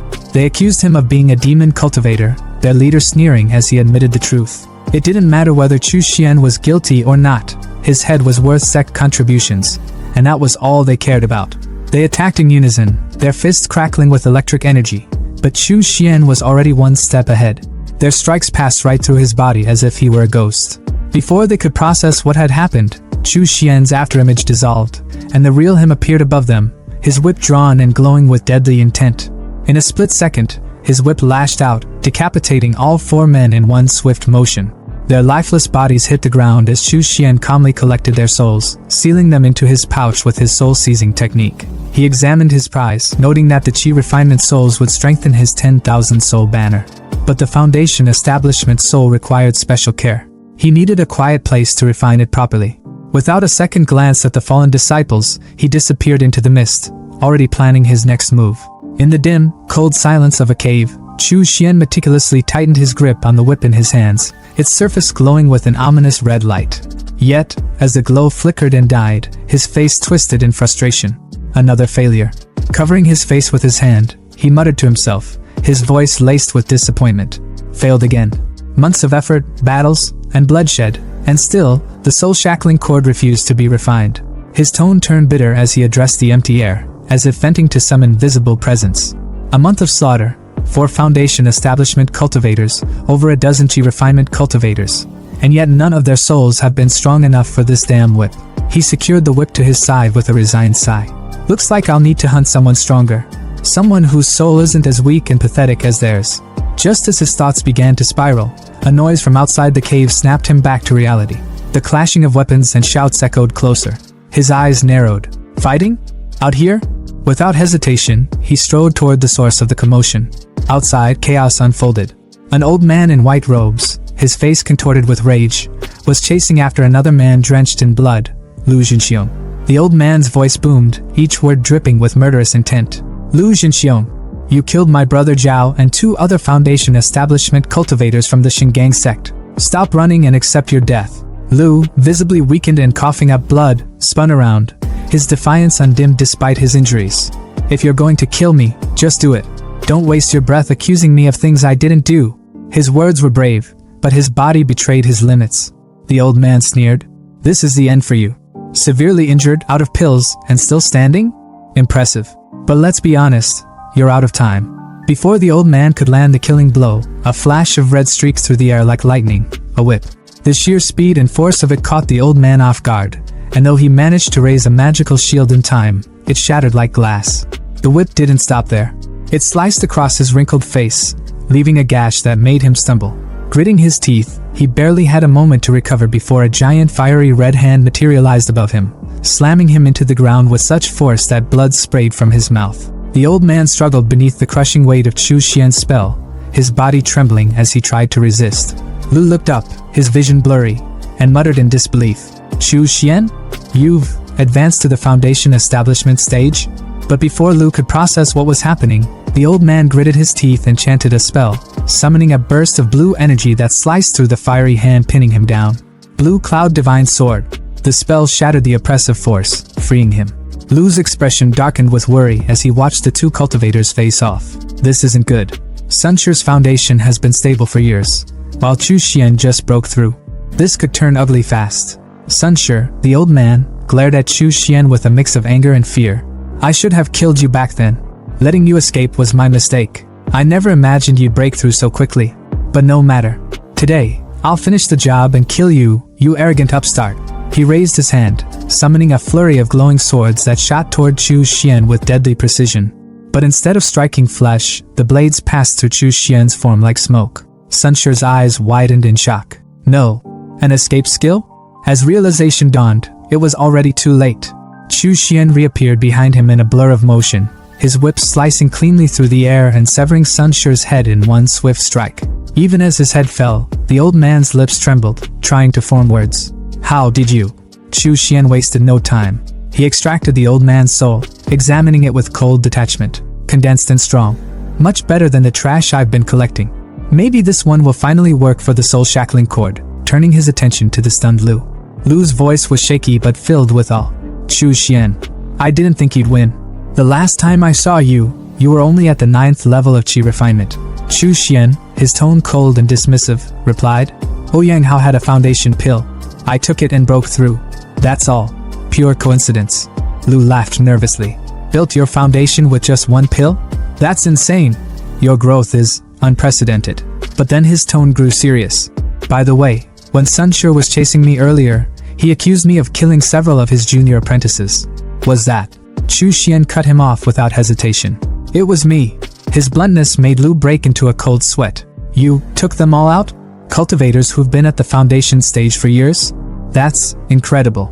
If I bring you to the ancestor, I'm sure you'll be made a personal disciple. Chu Xian remained stoic. Speaking of the Golden Core ancestor, is there any news? Lu nodded. Yes. But this isn't the place to talk. Follow me. Back at the Wuji sect's hideout, nestled in a forest cave, the atmosphere was lively. Disciples rushed to greet Lu, their faces lighting up with relief. Uncle Lu is back. I told you he'd be fine. But their excitement turned to shock the moment they spotted Chu Xian. Junior brother Chu Xian? You're here too. Brunette guy chimed in. Senior brother Chu, weren't you stopped by the Shingang sect's blockade? Melon guy asked, but Lu silenced them with a raised hand, introducing Chu Xian with pride. Chu Xian has now reached the foundation stage. Thanks to him killing Shingang sect's Sunshire, I was able to return alive. Not only that, but he's taken care of several other enemies along the way. With such achievements, Chu Xian is promoted by 1 rank in the sect. From now on, you will address him as Uncle Chu. The disciples quickly bowed, their voices a mix of awe and respect. Greetings, Uncle Chu. Congratulations, Uncle Chu. Chu Xian's gaze fell on one disciple who hadn't joined the chorus, Su Ming. His voice was icy. Su Ming, you didn't shout. Why? Su Ming stuttered, his face pale. Uncle Chu, Chu Xian didn't let him finish. His whip lashed out, piercing through Su Ming's neck with brutal precision. The disciple fell lifeless to the ground as blood pooled around him, leaving the others frozen in fear. Lu stepped forward, his voice tinged with shock. Junior brother, what was that for? But before Chu Xian could reply, another disciple spoke up, his tone filled with anger and disgust. Proper kill. When the Shingang sect interrogated us earlier, it was Su Ming who betrayed Uncle Chu's identity. Another chimed in, piling on. Uncle Chu let him live this long? That guy was lucky to even breathe after what he did. Lu finally nodded in understanding. So that's how it was. Junior brother Chu, I'm sorry for what you endured. Chu Xian's voice was calm, but the cold edge in his words was unmissable. No need to apologize, senior brother. If Su Ming dared betray me once, he'd betray all of you in the future. Such behavior is no different from betraying the sect. He deserved to die. Today, I'm merely enforcing the sect's rules. Let this be a warning. Don't follow his example. The disciples, once boisterous, were now silent, their faces pale with fear. Sensing the tension, Chu Xian's demeanor softened slightly. In addition, I have some good news. I found a lot of blood beads on the Shingang sect's men. Hundreds of them. I've already reached the foundation stage, so these little beads are of no use to me. I'll give them to you. The disciples' eyes lit up with excitement, their earlier fear replaced with gratitude. Thank you, Uncle Chu. Thank you so much. As they eagerly accepted his gift, Chu Xian allowed himself a small, knowing smile. These scraps might be useless to me, but they're enough to win their loyalty. Let them celebrate. They'll need it for what's to come.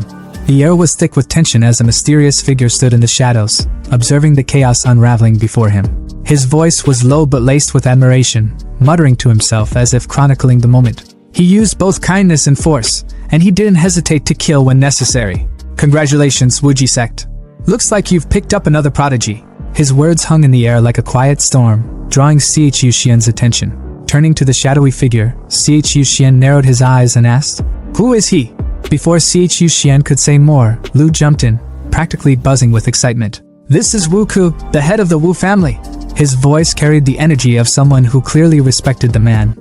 He risked his life gathering intel on the ancestor and got hurt pretty badly in the process. He's been recovering here since. Chu Xian, his expression softening into gratitude, nodded respectfully toward Wu Ku. Thank you for your help. Wu Ku, ever composed, returned the gesture with a slight bow, his palms pressed together. No need to mention it, he said coolly, though his thoughts revealed a sharper edge. This young man is extraordinary. Making him my enemy in the future would be unwise.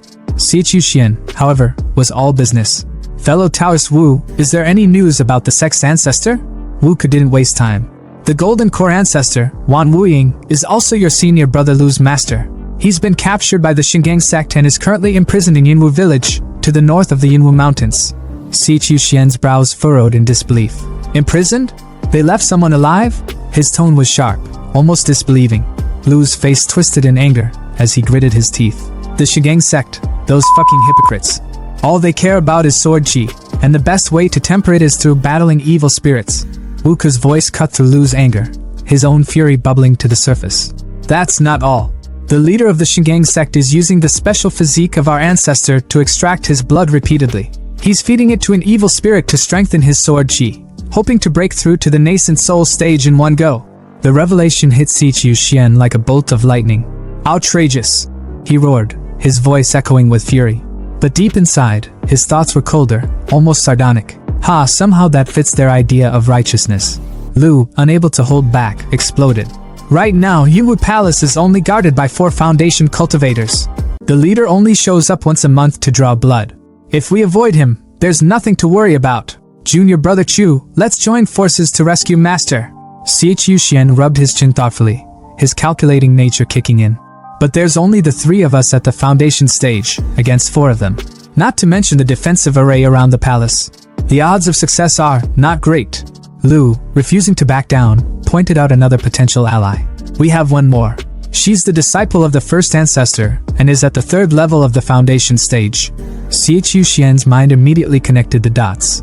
She's the one with the best aptitude among all Foundation disciples.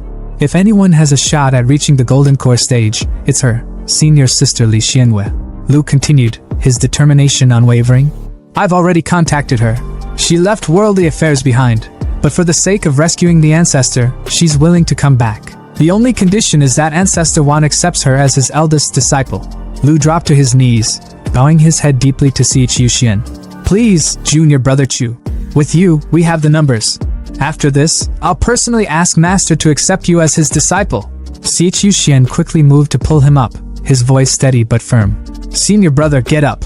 If I ever hope to reach the Golden Core stage, I'll need skills only the Ancestor can teach. Don't worry, I'm willing to go through hellfire and back for this.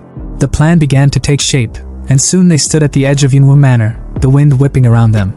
On a cliff overlooking the city below stood a lone woman. Her presence was magnetic, her aura commanding. Lu bowed deeply. Greetings, senior sister Li. Li Xuanyue's gaze swept over Sichu Xian, her eyes lingering for a moment as a faint blush crept onto her cheeks. Impressive, she said, her voice calm but tinged with admiration. Reaching the Foundation establishment stage under such conditions is no small feat. Without another word, she tossed a mirror to Sichu Xian. The skies over Yinwu Manor are protected by a formation that suppresses demonic cultivators. This treasure, the formation-breaking mirror, can locate the flags of the formation. Since you've just reached the Foundation stage and lack strength, focus on breaking the formation from the perimeter. Sichu Xian caught the mirror, his mind already working. Just as I hoped. With others leading the charge, I can act as I see fit.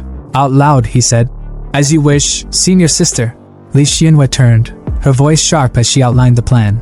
Inside the manor are 4 Foundation cultivators. The strongest is at the 3rd level, the weakest has just broken through. I'll handle 2 of them. The other 2 are yours. If there are no objections, let's move. The group nodded in unison. Understood.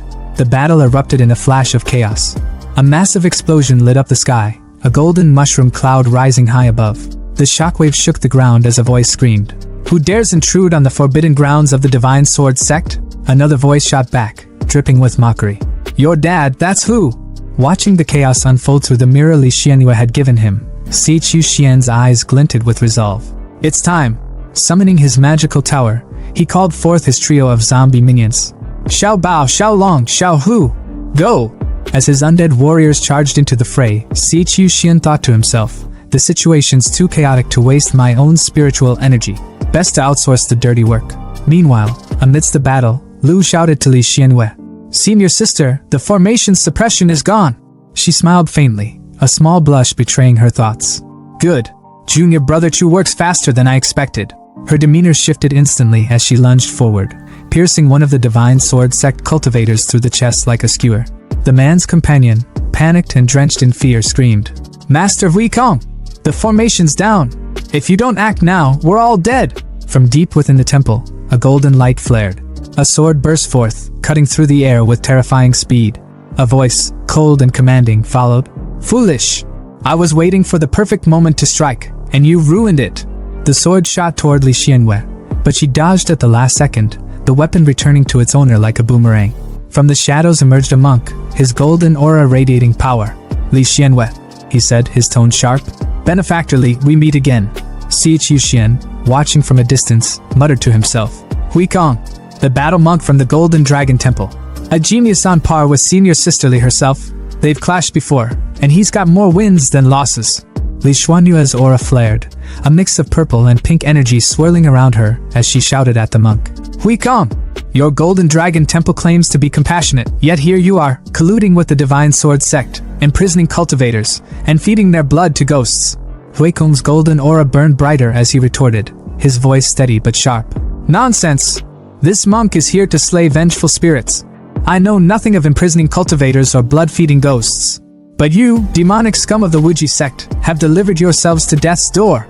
The monk's cold sneer twisted into something far more dangerous as he hurled his pearl bracelet towards Sisterly, Lu, and Wu Ke, his voice booming with a sinister edge.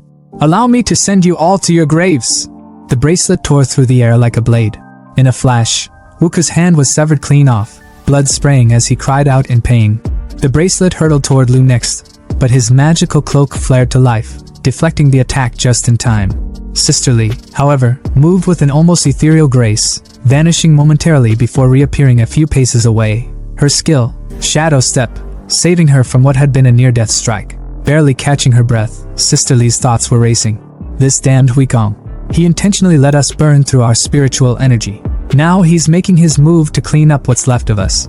Her eyes darted to the horizon. Reinforcements from the Divine Sword sect and the Golden Dragon Temple would arrive soon if they didn't wrap this up. Her grip tightened on her weapon, and she summoned her life-bound artifact, a black flag that seemed to crawl with an ominous wind. Leaping into the air, she screamed, "Out of my way!" With a burst of power, she unleashed the black wind banner, its smoky tendrils swirling like a violent storm around her. But Hui Kong didn't flinch.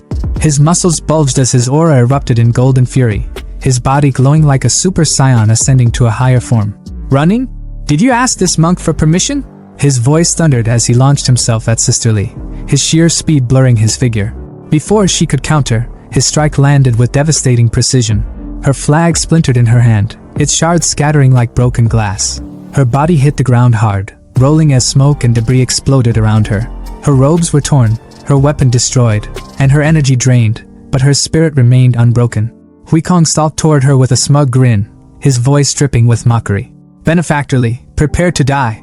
Struggling to lift herself, Sisterly glared up at him, her voice ragged but defiant. Suppressing evil mark, you've actually mastered this technique? No wonder you dare face 3 of us alone. So, this was your trump card. Her words were bitter, her mind racing as she realized the monk's terrifying advantage. Hui Kong raised his sword high, its edge gleaming with murderous intent. His red, devilish eyes glowed as he prepared to end her. But just as he brought the blade down, his body froze, his instincts screaming danger. Something was coming, fast. Summoning his golden bow artifact with a flick of his hand, he prepared to block the oncoming attack. But it was futile. A devastating strike pierced straight through the bowl, shattering it like brittle wood. The whip that had torn through his defense crackled with dark energy, and its owner stepped forward from the shadows. Chu Xian? Sisterly's voice carried a mix of disbelief and awe. Her eyes widened, and for the first time, a faint blush colored her cheeks. He didn't run. He didn't abandon us. He waited for the perfect moment, and destroyed Hui Kong's suppressing evil mark in one flawless strike. Hui Kong staggered back, clutching his chest where the whip had left a searing wound. His fury boiled over as he growled, "Brat, who the hell are you?" Chu Xian didn't answer, his silence more menacing than any words. Instead, he surged forward, his hand igniting with a fiery claw of dark energy. The monk's confidence cracked as he retreated, barking, "Dark fiend claw? Laughable! Do you think such a low-level technique can even scratch me?" A Divine Sword sect lackey, watching from a distance, chimed in with a sneer. "So slow. I doubt that thing can even graze the hair on Master Hui Kong's head." Chu Xian ignored the taunts, muttering to himself, "Dark fiend energy," as the claw shimmered with an ominous crimson flame. Without hesitation, the claw clamped down on Hui Kong, its sinister energy wrapping around him like a vice. The monk's body convulsed violently, and before he could even react, blood erupted from his mouth as the claw tightened, crushing him. A stunned Sisterly watched the scene unfold, her voice brimming with admiration. What a clever move! Junior brother Chu first used spiritual energy to form the Dark Fiend Claw, tricking Hui Kong. Then, at the perfect moment, he infused it with Dark Fiend energy, turning it into a lethal weapon. Lu, pulling off his magical cloak, looked equally amazed. Where did Chu Xian even get such potent Dark Fiend energy? Hui Kong, still pinned in the claw's grip, roared in rage and desperation. Cunning demonic bastard! I'll rip your guts out! Summoning his final treasure, the Vajra beads, he called forth a glowing shield of golden light that surrounded him. But Chu Xian wasn't fazed. With a flick of his wrist, his whip cracked through the air like a thunderbolt, obliterating the beads in an instant. The shattered fragments rained to the ground as Hui Kong's face twisted in horror. Chu Xian's expression darkened, his voice low and deadly. Die! The whip lashed out again, its tips slicing through the air with terrifying precision. Hui Kong's bravado crumbled as he stammered. If you kill me, my master will hunt you to the ends of the earth. His words were cut short, quite literally, as the whip cleaved his head clean in two. Blood sprayed in a gruesome arc as his body collapsed lifelessly to the ground. Chu Xian stood over the fallen monk, his whip coiling back like a serpent. His voice was cold, unyielding, and filled with disdain as he spat. Do you really think I'm the type to be intimidated by empty threats? After Chu Xian absolutely wrecked Hui Kong, their so-called master, the Divine Sword sect members didn't even bother sticking around. They bolted like scared cats, tails tucked, not daring to look back. Sisterly, still catching her breath and looking like she'd just seen her life flash before her eyes, turned to Chu Xian. Junior brother Chu, I owe you big time for saving me, she said, her voice shaky but full of gratitude. Before Chu Xian could even respond, Wuku stepped up, his tone a mix of surprise and curiosity. Yo, Taoist Chu, is this how strong you are after just stepping into Foundation establishment? You've been playing us this whole time, huh? Chu Xian, as unbothered as ever, just gave a small smirk. When you're out in the world, he replied casually, it's only smart to keep some of your cards hidden. No offense, Taoist Wu. He then pointed toward the temple entrance, his expression sharpening. Alright, with that clown out of the way, let's move. The ancestor won't save himself. They wasted no time and headed straight inside the temple. The deeper they went, the heavier the air felt. At the bottom of a long staircase, they found themselves in an underground prison, and what they saw made their blood run cold. An old man hung against the wall, his body thin to the point of being skeletal, needles stabbed into his skin, and thick iron chains binding his wrists. His voice was weak, almost like a whisper, as he muttered, Again? How much more blood do they need this time? But this time, it wasn't his torturers, it was his disciples.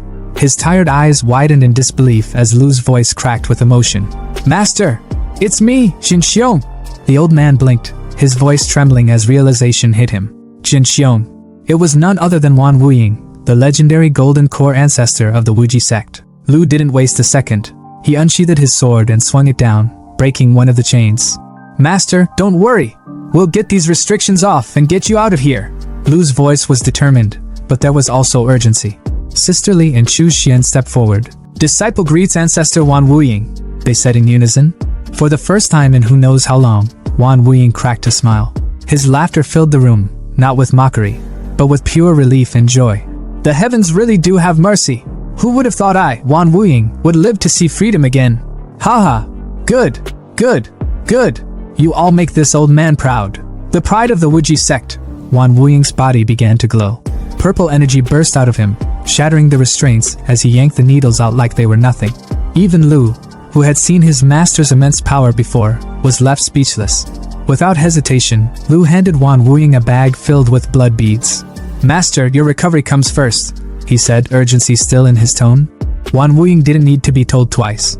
He tore into the blood beads like a starving man at an all-you-can-eat buffet. The transformation was immediate. His bony frame filled out, his muscles swelling with every bead he devoured. His aura became so intense it felt like the room was suffocating under it. Even Chu Xian, who rarely showed emotion, raised an eyebrow in surprise. Wan Wuying's laughter returned, loud and booming. The heavens truly show mercy. I can't believe I'm alive to witness this day. Good, good, good. You are all the pride of the Wuji sect. But as his laughter faded, his expression turned serious. Now that I'm free, Emo Huanchan will undoubtedly catch wind of this. We need to leave. Now. No delays. 3 days later, Chu Xian was sitting behind a breathtaking waterfall, meditating in a glowing red magic circle. His face was calm, but his thoughts were anything but. 3 days ago, Ancestor Wan brought us here to recover in secret, he thought to himself. He had us carve out caves to rest, but something's off. The spiritual energy here is way too abundant.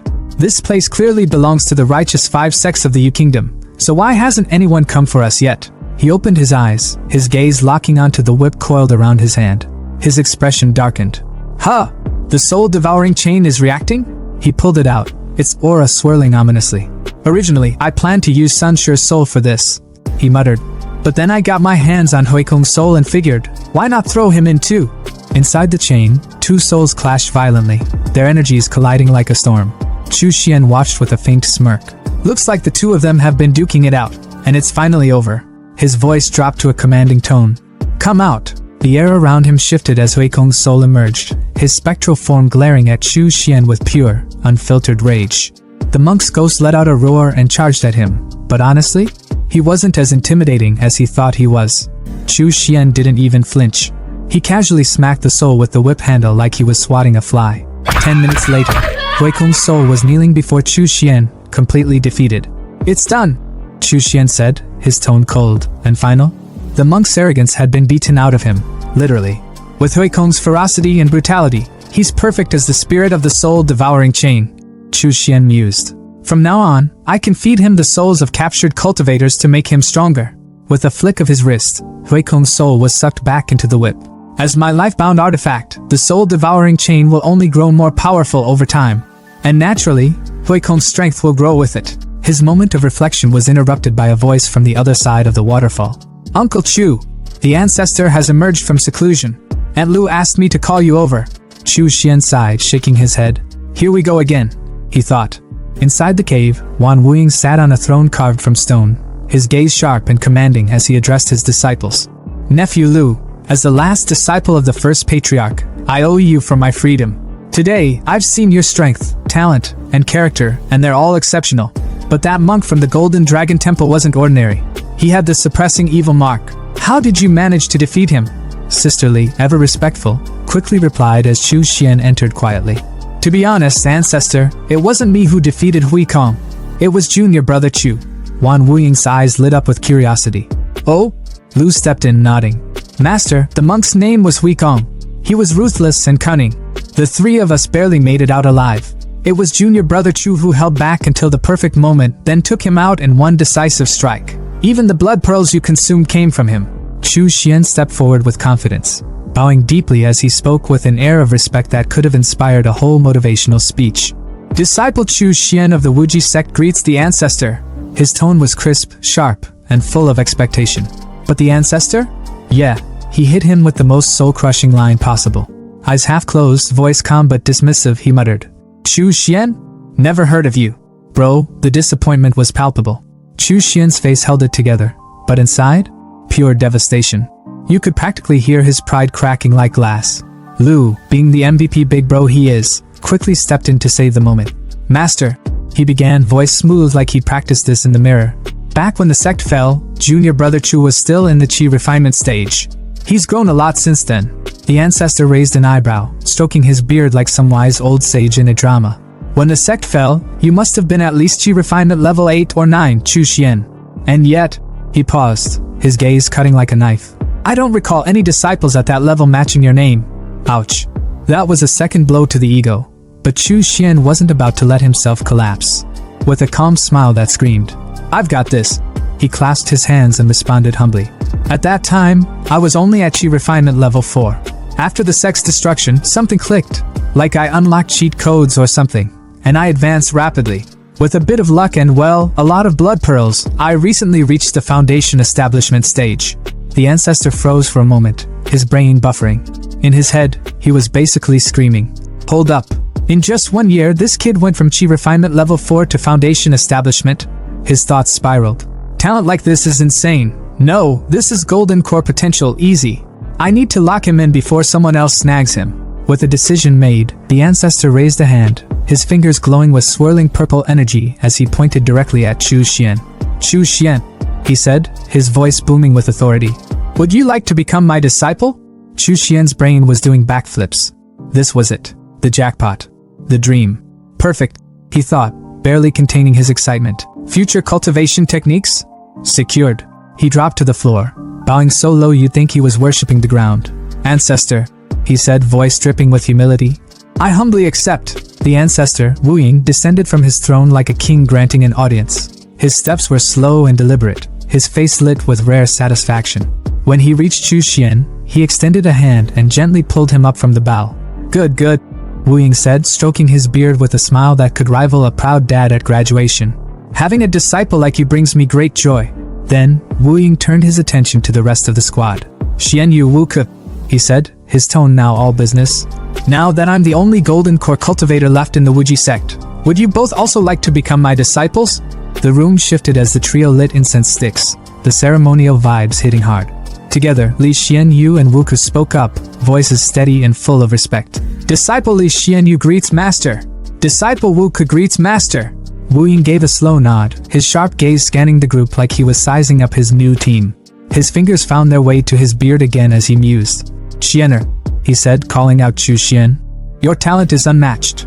But Xian Yu, Wu Ke, and Jin Xiong have experience that you lack. From now on, Li Xianyu will be your senior sister, Lu Jin Xiong your second senior brother, and Wu Ke your third senior brother." Chu Xian bowed his head respectfully, his tone solid as he replied, "Understood." But while the words were calm, his senior sister, Li Xianyu, was not as zen. She glanced at him, her face neutral but her thoughts a storm of insecurity. "So that's how it is," she thought bitterly. In the ancestor's eyes, Chu Xian's worth already surpasses mine. Otherwise, why would he offer him discipleship first? Before the tension could thicken, Lu Jinxiong stepped in with a practical question. "Master, what are your plans now?" Wu Ying's expression turned sharp, his tone reflective as he asked. "Who's taken over the 3 states of the Wuji sect?" Li Xianyu stepped forward, her voice steady as she laid down the facts. "Tongzhou was taken by the Divine Sword sect. Xianzhou was split between the Golden Dragon Temple and the Miaoying Temple. As for the fertile northern region of Wuzhou, that's under Yuling Mountain now. And the barren southern region of Wuzhou, where we are currently, has been claimed by the Tianyin sect." Lu rubbed his chin thoughtfully, his tone laced with just a hint of amusement. "So the Tianyin sect drew the short straw, huh? Losing 2 golden core cultivators during the attack on the Wuji sect only to get stuck with literal scraps. That's rough." Chu Xian stayed quiet, his face a mask of calm, but his thoughts were buzzing. This division of spoils is a mess. There's no way resentment isn't brewing. It's only a matter of time before someone starts throwing punches over this. Lu suddenly straightened, his voice sharper now. "Master, are you saying our target is?" Wu Ying's expression didn't change, his tone steady and calculated. "Exactly. The Tianyin sect is the perfect choice to approach right now." And as if on cue, shadows stirred outside the waterfall, figures emerging from the mist like some dramatic reveal. Wu Ying's eyes glinted knowingly, his voice dropping to a calm murmur. "And it just so happens, the people I've been waiting for have arrived." The roar of the waterfall was deafening, the mist rising like a ghostly veil as the sun glinted off the crashing water. And then, cutting through the chaos, stepped a man, middle-aged, rough around the edges, and with a massive green snake draped around his neck like it was some kind of avant-garde scarf. His voice boomed, sharp and accusing as he called out to the Golden Core ancestor, Wu Ying. "Old Ghost Wan, you've got guts, hanging around Tianyin sect territory like it's a public park. Aren't you even a little worried we might rat you out?" But Wu Ying? Nah, he wasn't fazed. The man just scoffed, his tone dripping with that. "I'm 10 steps ahead. Energy. Rat me out? Please. With Wuji sect's cultivation techniques and 50 trained cultivators in the bag, don't even act like you're not tempted to make a deal. And let's be real, if you didn't want me here, your Golden Core flunkies would have jumped me by now." Meanwhile, off to the side, Sisterly leaned in toward Lu, her voice low and secretive. "That guy? That's Xiao Wei, a Golden Core big shot. He's got ties to my master and despises Shingang sect's antics. He's not one to play nice, though." Zhao's smirk widened as he turned his attention back to Wu Ying, his tone a mix of amusement and warning. "Typical old Ghost Wan, ruthless and sharp as ever. Sure, we're short on people, and yeah, we're not about to let this opportunity slip. But publicly accepting demonic cultivators? That's just asking for the entire cultivation world to come for our necks. And let's not forget, this patch of land in the southern Mist province? It's a freaking nightmare, hot, humid, crawling with venomous beasts, and eerie as hell. It's basically the middle of nowhere." Zhao paused dramatically, his gaze now fixed on the Wuji sect disciples. "After a lot of back and forth, the sects made a decision. Your Yin Cavern branch will merge with the Tianyin sect. We'll hook you up with cultivation resources, but forget about returning to the main sect. Instead, you'll set up shop within a 3,000-mile radius and turn this wasteland into something usable for us. Congrats on your new digs. Wu Ying let out a laugh that could have shaken the waterfall itself. Finally, the Yin Cavern branch has its own turf. Disciples, pay your respects to your Uncle Zhao. The 4 disciples immediately chimed in, voices in sync. Greetings, Uncle Zhao. Zhao, clearly enjoying the moment, turned to Li Xianyu, one of the disciples, with a nod of approval. Good. You risked your lives to save old Ghost Wan. That kind of loyalty is exactly what our sect values. And you, Li Xianyu, you're the strongest of the group. I heard you even took down Huikong from the Golden Dragon Temple. Forget the losses in the past. What matters is who's left standing at the end. Wu Ying, never one to miss a chance to throw shade, grinned smugly. Haha, old Zhao, looks like your legendary foresight failed you this time. Then, turning to Chu Xian, Wu Ying called out, Schwanner, come here. But Chu Xian's face immediately fell at the nickname, like a kid embarrassed by his parents in front of his friends. Zhao's eyes narrowed in confusion. Wait, who's this? A Foundation establishment disciple? Why haven't I heard of him? Wu Ying's grin widened as he stroked his beard, clearly enjoying the moment. Of course you haven't heard of him. When Wuji sect collapsed, he was just a scrub at the 4th level of Qi refinement. But let me fill you in. He's the one who took down Huikong, and he's the one who busted me out of Yinwu Manor. Impressive, huh? Zhao's jaw practically unhinged, his shock written all over his face. Wait. He went from Qi refinement to Foundation establishment in just a few years. Old Wan, you've hit the jackpot with this one. He grabbed Chu Xian by the shoulder, his excitement radiating. Chu Xian, on the other hand, looked like a shy kid being introduced to a long-lost uncle. Jackpot? Nah, he's Tianin Sect's gain now. And as his uncle, I guess I owe him a gift. With a dramatic sigh, Zhao pulled out a glowing golden crystal and handed it over. Here, take this blood parasite serum. It's rare and perfect for refining parasites. Don't say I never gave you anything. Chu Xian hesitated, glancing at Wu Ying for reassurance. His master gave him a firm nod. Take it. No need to overthink. Oh, and while you're at it, take my blood parasite manual and spirit forge technique. Don't let us down. With the rare serum, a manual, and a technique in hand, Chu Xian bowed deeply. Thank you, master. Thank you, uncle. Meanwhile, the other 3 disciples looked like they were seconds away from combusting with jealousy. Fast forward to a sunnier day, and we see Chu Xian cruising through a lush valley on his flying sword, the wind whipping through his hair as he took in the scenery. For the first time in years, a sense of pride flickered in his chest. After drifting through Sichuan for so long, I finally have a place to call my own, he thought, a small smile creeping across his face. He steered toward a waterfall, slicing through the cascading water with his sword to reveal a hidden entrance. Inside, the underground base was everything he dreamed of. A cultivation room, an alchemy lab, a forge, and a spirit plant room. It's all here, he murmured, his voice echoing in the cavern. Sitting on a throne carved from bone, he surveyed his domain with a sense of triumph. Perfect, he declared, the word hanging in the air like a promise. He summoned his blood worms, holding up the glowing serum Zhao had gifted him. The worms writhed in excitement, practically begging for it. You want this? He teased, smirking at their eagerness. But before indulging them, he flipped open the blood parasite manual. According to the text, his blood steel silkworms might be descended from the legendary golden blood mother parasite. If they consumed the blood, it could awaken their ancestral powers, making them exponentially stronger. But there was a catch. The blood might just as easily belong to lesser descendants like flying mantis or mountain steelworm. The gamble was huge, but Chu Xian knew one thing for sure. This was just the start of something far bigger.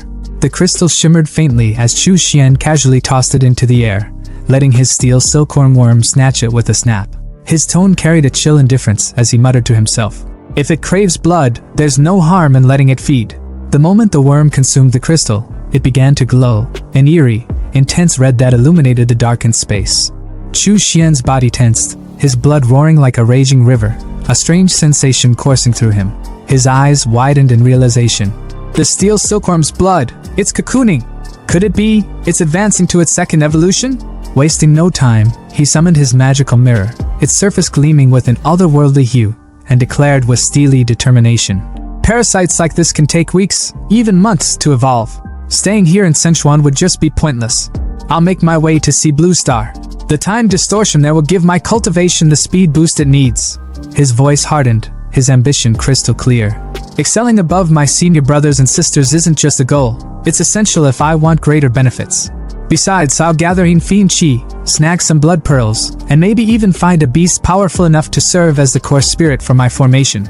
The scene shifted abruptly to Chu Xian's hideout, a dimly lit space buzzing with the subdued chatter of his subordinates. One of his men noticed his arrival and greeted him with enthusiasm. "Boss, you're finally back." Chu Xian, ever the picture of nonchalance, asked calmly. "Anything out of the ordinary while I was gone?" Another subordinate stepped forward, his tone serious. "Not much, but there was one thing. A two-headed python, over 50 meters long, showed up in Longjiang City. It's been dominating the area. 2 months ago, it escaped from the Linjiang army's pursuit and fled to Donghu City." The man hesitated, then continued. "It rampaged through Donghu, entered the Yin Fiend Soul Trap formation briefly, and somehow escaped. The Linjiang armies deployed over 100 soldiers to Donghu's waters, hunting it down." Chu Xian's eyes sharpened at the mention of the python. Without wasting a second, he grabbed his flying sword and soared into the sky. As the wind rushed past him, his mind raced. Ordinary beasts that enter my Yin Fiend Soul Trap get absorbed as nourishment. But this python, it survived? A smirk crept across his face, one that promised nothing good for the python. If its soul has unique properties, it might just be perfect as a core spirit for my formation. Meanwhile, in Donghu City, the Linjiang army had set up a base near the river. At the center of the chaos stood Lin Xiao, the commanding officer, her military uniform pristine despite the tension in the air. Her tone was sharp as she addressed her team. "This is the last choke point before the lower Longjiang. It's inevitable the python will pass through here. We must intercept it, or it'll escape for good." Beside her were 2 other commanders, the bald and burly Xiongxing and Li Taimu, whose imposing figure could rival a villain from a dystopian drama. Lin Xiao turned to Wang Gangjian, the black security company boss, and asked, "Donghu is your territory. Got any suggestions?" Gangjian hesitated before offering his advice. "Commanders, I recommend visiting the Cultivator staying at Heodal Hotel. With his help, capturing, or even killing, the python would be a breeze." Lin Xiao's gaze hardened, her tone icy. "Let's not bring this up again. General Yi already said he's just a flashy individual with some tricks. Or are you questioning General Ye's judgment?" Gang Jian could only sigh in defeat. Suddenly, someone shouted, pointing toward the water. "Something's moving underwater." 2 trucks, equipped with chains and nets, revved their engines. Xiongxing barked out an order. "Deploy the net!" The chains shot into the water, and moments later, the massive 2-headed python was dragged into view, thrashing violently. Li Taimu, ever the tactician, commanded, "Fire!" A barrage of bullets rained down on the beast, and its agonized roars echoed through the river. As the chaos subsided, Chu Xian arrived at the scene, observing from above. His initial excitement dimmed as he thought, "It's already dead? How disappointing. Guess I'll head back." But just as Lin Xiao began to boast about their victory, the python struck. With terrifying speed, it lunged out of the water, its jaws wide open. Lin Xiao, still lost in her own delusions, hadn't even realized her fate. She confidently ordered Gang Jian, "Prepare a team to retrieve the corpse," only to be swallowed whole in an instant. Her untimely demise left everyone frozen in terror. Gang Jian's expression twisted in shock and fear. Chu Xian, sensing the commotion, turned back, his eyes narrowing as he pieced it together. The python pretended to be dead, he thought. It waited for the commanders to drop their guard before striking. Such cunning, even if I extract its soul, it'll retain this shrewdness. As an enemy, it'd be a nightmare. A sly grin spread across his face, his eyes gleaming with delight. But as my servant, it'll guard my domain perfectly. Taimu's cry pierced through the noise as he witnessed his comrade, Commander Lin Xiao, being crushed between the jaws of the monstrous 2-headed python. His voice cracked with anguish. "Qiao, Xiao Er, I'll end you, you damn beast!" Rage consumed him as he unleashed his spiritual talent, twin fireballs igniting in his hands like miniature suns. With a roar, he hurled the blazing orbs at the serpent, the flames illuminating his fury. The fireballs collided with the python's scaly skin, briefly engulfing it in fire, but the creature's resilience was terrifying. The bald commander, Xiongxing, barked orders at the top of his lungs, his voice cutting through the pandemonium. "All transcendents, listen up! Everyone, charge! We take that monster down, no matter the cost!" Soldiers steeled themselves for battle, each preparing their unique abilities. The commander's thoughts raced as he assessed the dire situation. Losing a second-tier transcendent was already a devastating blow. They couldn't afford another loss. Boats, like armored beasts, surged forward across the churning waters toward the python, their engines roaring in unison with the soldiers' battle cries. Xiongxing's body swelled as his spiritual talent activated, shredding his shirt to reveal a physique that looked forged from iron itself. With an iron pipe in hand, he leapt fearlessly onto the python, stabbing the weapon into its thick hide. The beast's guttural scream echoed through the battlefield as Xiong clung on, relentless in his assault. Meanwhile, Chu Xian stood at a distance, his sharp gaze dissecting the scene. He wasn't one to jump into action without understanding the bigger picture. His mind churned with clarity, observing the beast's tactical approach.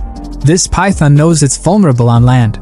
It baited the army into its territory, the water, where it has the upper hand. But, his brow furrowed. Why does it seem so at a disadvantage? Could it have something up its sleeve? His suspicions were confirmed when a chilling sight unfolded. The python, despite its injuries, began charging a sinister purple energy within its twin heads, its scales glowing ominously. Xiongxing watched in horror as the creature unleashed jets of venomous demonic energy, spraying it like a deadly laser across the battlefield. Soldiers screamed as the venom tore through them like acid, their agonized cries cutting through the air. One unlucky soldier, engulfed in the venom, shrieked, "What in the name of hell is this sorcery?" The python's rampage laid waste to the army's ranks, leaving only despair in its wake. Xiongxing clenched his fists, his voice trembling with despair. "Is this it? Is our Riverby army destined to be wiped out here?"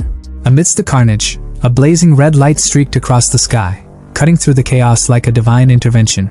A commanding voice thundered through the battlefield, dripping with disdain. "Stealing my evil energy? You must have a death wish!" All eyes turned skyward as Chu Xian descended, his flying sword radiating an intimidating aura. Gasps rippled through the survivors. "It's him!" A soldier, his cap askew, shouted in awe. "The mysterious cultivator is here!" Gang Jian, standing next to Xiongxing, nearly shook with excitement. "Commander Xiong, that's the immortal I told you about! He's real!" Chu Xian's arrival was like the calm before a storm. His gaze locked onto the python with an unyielding intensity. Summoning his magical tower, he called forth two of his most fearsome undead warriors, Xiaolong and Xiaohu. Without hesitation, Xiaohu exploded onto the battlefield, his energy-charged fist obliterating one of the python's heads in an instant. Meat and shattered teeth rained down as the remaining head wailed in agony. Xiongxing stood paralyzed, muttering in disbelief. That python, impervious to swords and spears, just lost a head to one punch? Gang Jian's voice trembled with reverence.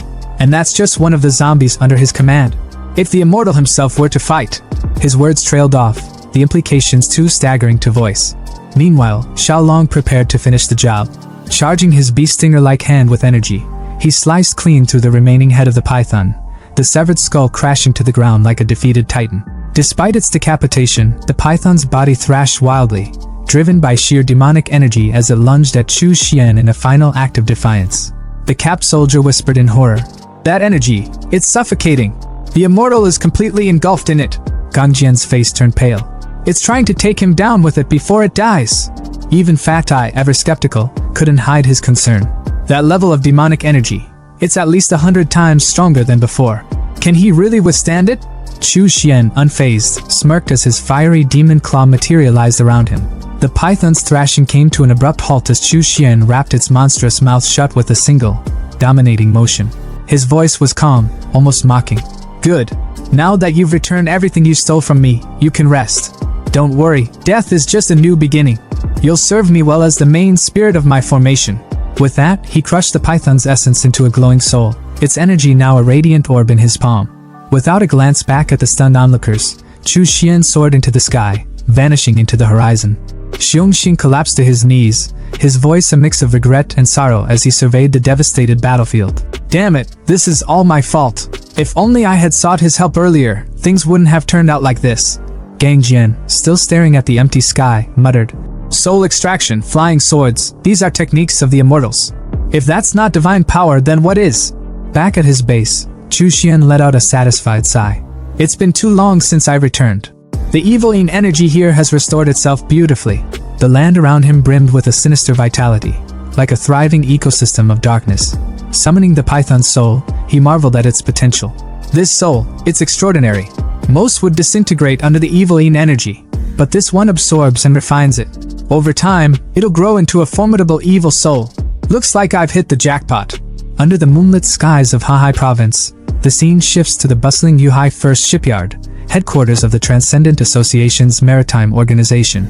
Amid the rhythmic clang of metal and the hum of machinery, A woman casually downed her beer, the froth lingering at the rim of her glass. Her voice cut through the ambient noise, tinged with both seriousness and nonchalance. In Jinshan City, a high-level zombie with the ability to shoot ice spikes has been spotted. It's already wiped out 3 small gathering points. We're looking at a second-tier beast here, with a horde of over 1,000 regular zombies and 20 first-tier ones under its command. Nearby, a man with striking blue hair and glowing, electric blue eyes leaned forward, his gaze sharp and calculating. Ding Ping is the closest to the area, he instructed coolly. Send him a message. He'll lead the team to clear out the horde. The woman nodded, her usual laid-back demeanor giving way to quick compliance. Yes, she replied crisply. Her curiosity soon took over though, and she couldn't resist probing further. Looking at the man, she asked with a sly grin. Since you awakened your transcendent talent to strengthen your mind, every major decision for this organization has been entrusted to you. You've never made a single mistake. Tell me, Xiaoyang, how does it feel to be infallible? Ignoring her attempt to needle him, she pulled out a leather-bound book, flipping it open to reveal fresh intelligence reports. Here's the latest intel from Linjiang province, she announced with a slight edge of intrigue.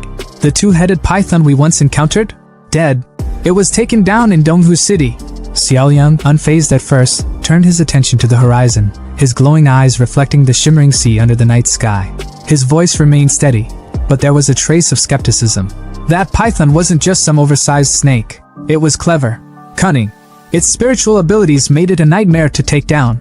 Even with the combined might of Xiongxing, Lin Xiao, and Li Taimu, I calculated only a 72% chance of them temporarily subduing it. If 2 of them fell in battle, even that slim chance would vanish. The woman smirked, stepping closer, her tone dripping with playful mockery. Well, Xiaoyang, it seems even you can be wrong sometimes, she teased, holding the open book just under his nose. Her grin widened as she watched his expression shift from calm detachment to outright shock. His glowing blue eyes scanned the page, the words leaping out at him like a slap to the face. Sword flight? He muttered, his voice laced with disbelief. Soul extraction? Immortal techniques? The air around him seemed to still as his mind raced to process this new information. Whatever this mysterious cultivator was, it was clear they had just entered a realm far beyond the ordinary, and Xiaoyan, for once, had underestimated the game. He analyzed the so-called immortal they were pursuing, concluding there was a little over a 50% chance he was a level 4 transcendent, and a smaller, but still concerning, chance he was level 5. If this man could control zombies, Liang reasoned, there was an even stronger likelihood that his abilities were connected to the brain. To him, this wasn't just speculation, it was a clinical fact. Dia, standing nearby with a bottle of liquor in hand, couldn't hide her surprise. Liang rarely gave such high-level evaluations, and this one was clearly significant. But as usual, he wasn't one to linger on the details. With a casual shrug, hands stuffed in his pockets, he turned and announced that it was time to leave. No drama, no hesitation, just a quiet, matter-of-fact departure. Gil watched him walk away, her gaze lingering for a moment, her curiosity piqued. Later, the 2 of them stood before the leader of the boat gang, a grizzled man with a perpetual cigar between his lips. His voice carried the weight of someone who had seen too much of the world. He questioned their decision to leave after spending over a year with the gang. His tone wasn't accusatory, but there was a hint of disappointment as he asked if they were truly ready to go. Gil stepped forward, her voice steady and firm. She reminded him of the promise they had made when he'd saved their lives during a brutal attack by the Zombie King. They had been on the verge of death back then, and the gang's leader had pulled them back from the brink. In return, they had agreed to stay and help the gang for a year. That time was up now, and they were free to pursue their own goals. The leader sighed, his rough exterior cracking just enough to show a sliver of sadness. He turned to stare out the window, the gray light of the water reflecting in his eyes. When they had first joined, they'd spoken about recovering Liang's lost memories and their hope of finding a transcendent with brain-enhancing abilities. Now it was clear they believed this so-called immortal was their next lead. Still, he warned them, this man they were chasing wasn't going to be easy to approach. His actions alone made that crystal clear. But Liang's resolve was unshakable, and he reassured the captain that they had thought this through. Gear, ever confident, added that they had something to offer that no one could refuse. The leader knew there was no stopping them, so he let out a quiet sigh and walked away. Far from the boat gang's ship, in the zombie-ravaged ruins of Donghu City, a scene of pure chaos was unfolding. A beam of energy shot down from the heavens, striking the formation with a thunderous crack. Chu Xian's eyes glowed a blood-red hue as he screamed, his voice reverberating through the empty streets. He could feel it. His cultivation was surging, breaking past barriers as he reached layer 4 of the foundation establishment. The energy coursing through him was intoxicating, and he stood tall amidst the chaos, his confidence swelling. With his newfound power, he felt invincible, certain he could take on even those above his level. As the energy dissipated, Chu Xian rose into the air on his flying sword, surveying the empty city below. He noted with some irritation that his 6 months of seclusion had drained his resources. The zombies in Donghu City were completely wiped out, leaving him with no choice but to seek out fresh prey in nearby cities. Meanwhile, in Xuanglong City, another zombie-infested wasteland, Ge and Liang moved with precision through the shadows. Ge's innate invisibility skill cloaked them as they advanced through the streets, her sunglasses glinting faintly. She couldn't help but comment on how long it had taken them to get here. Half a year of grueling effort, countless close calls, and relentless danger. But finally, they were close. Just a little further, and they'd reached Donghu City, the territory of the immortal they sought. Liang, as always, was calculating. He analyzed the situation with his unnerving precision, noting the presence of a rare zombie mother at the heart of the city. It was surrounded by 9 level 3 zombies and a swarm of weaker ones. He ran the numbers in his mind, concluding that Ge had a strong chance of success if she went after it. But there was still a slim chance of failure, one she couldn't afford to ignore. He asked her if she was absolutely sure about using the zombie mother's energy core as a gift. Ge's answer was immediate and unwavering. A level 4 core was the only thing worthy of their target's attention. Anything less wouldn't even get a glance. With their plan set, Ge sprinted into action, her form vanishing completely as she approached her target. But she stopped in her tracks, her eyes darting upward. Liang, standing behind her, followed her gaze. His voice was quiet but filled with urgency as he pointed out the figure descending from the sky. It was him, the immortal they had been chasing. Ge froze, her mind racing. What was he doing here? High above, Chu Xian hovered in the air, his fingers pressed to his forehead as he activated his spiritual sense projection. With his eyes closed, he could see the entire city laid out before him as if it were a 3-dimensional map. When he opened his eyes, excitement flickered across his face. The strange shape of the building below suddenly made sense. Beneath it, hidden from view, lay the zombie mother. He explained its significance to himself, his tone almost gleeful. The zombie mother was the key to creating a zombie farm, a plan he had been dreaming of for months. It was like a queen ant, endlessly producing eggs as long as it was fed by smaller zombies. Bro is about to build a Minecraft zombie farm for experience points. It was perfect, he mused.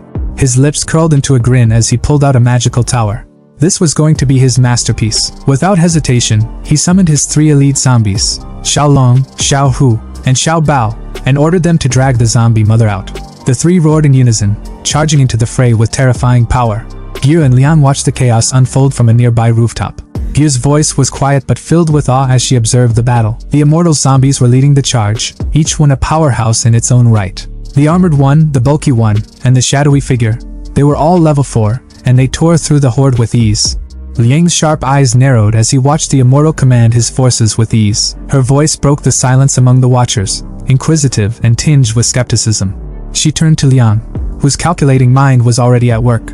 Do you think those 3 can handle it if the zombie mother goes all out? Liang didn't answer immediately. His piercing gaze remained fixed on the scene below, his mind churning through probabilities like a cold, unfeeling machine. Finally, he spoke. He estimated there was a slim chance, 35% to be exact, that the trio could take the zombie mother down.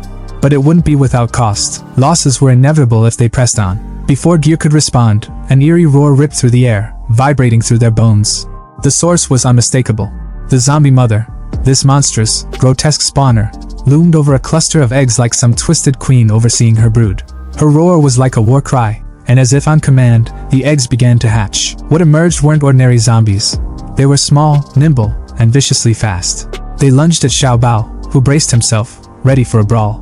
But instead of attacking conventionally, the newborn zombies detonated like living grenades. The resulting explosion was massive, sending shockwaves through the battlefield. As the dust settled, Xiao Bao emerged, injured and visibly struggling. Both knees buckled under his weight as he let out a guttural roar of pain.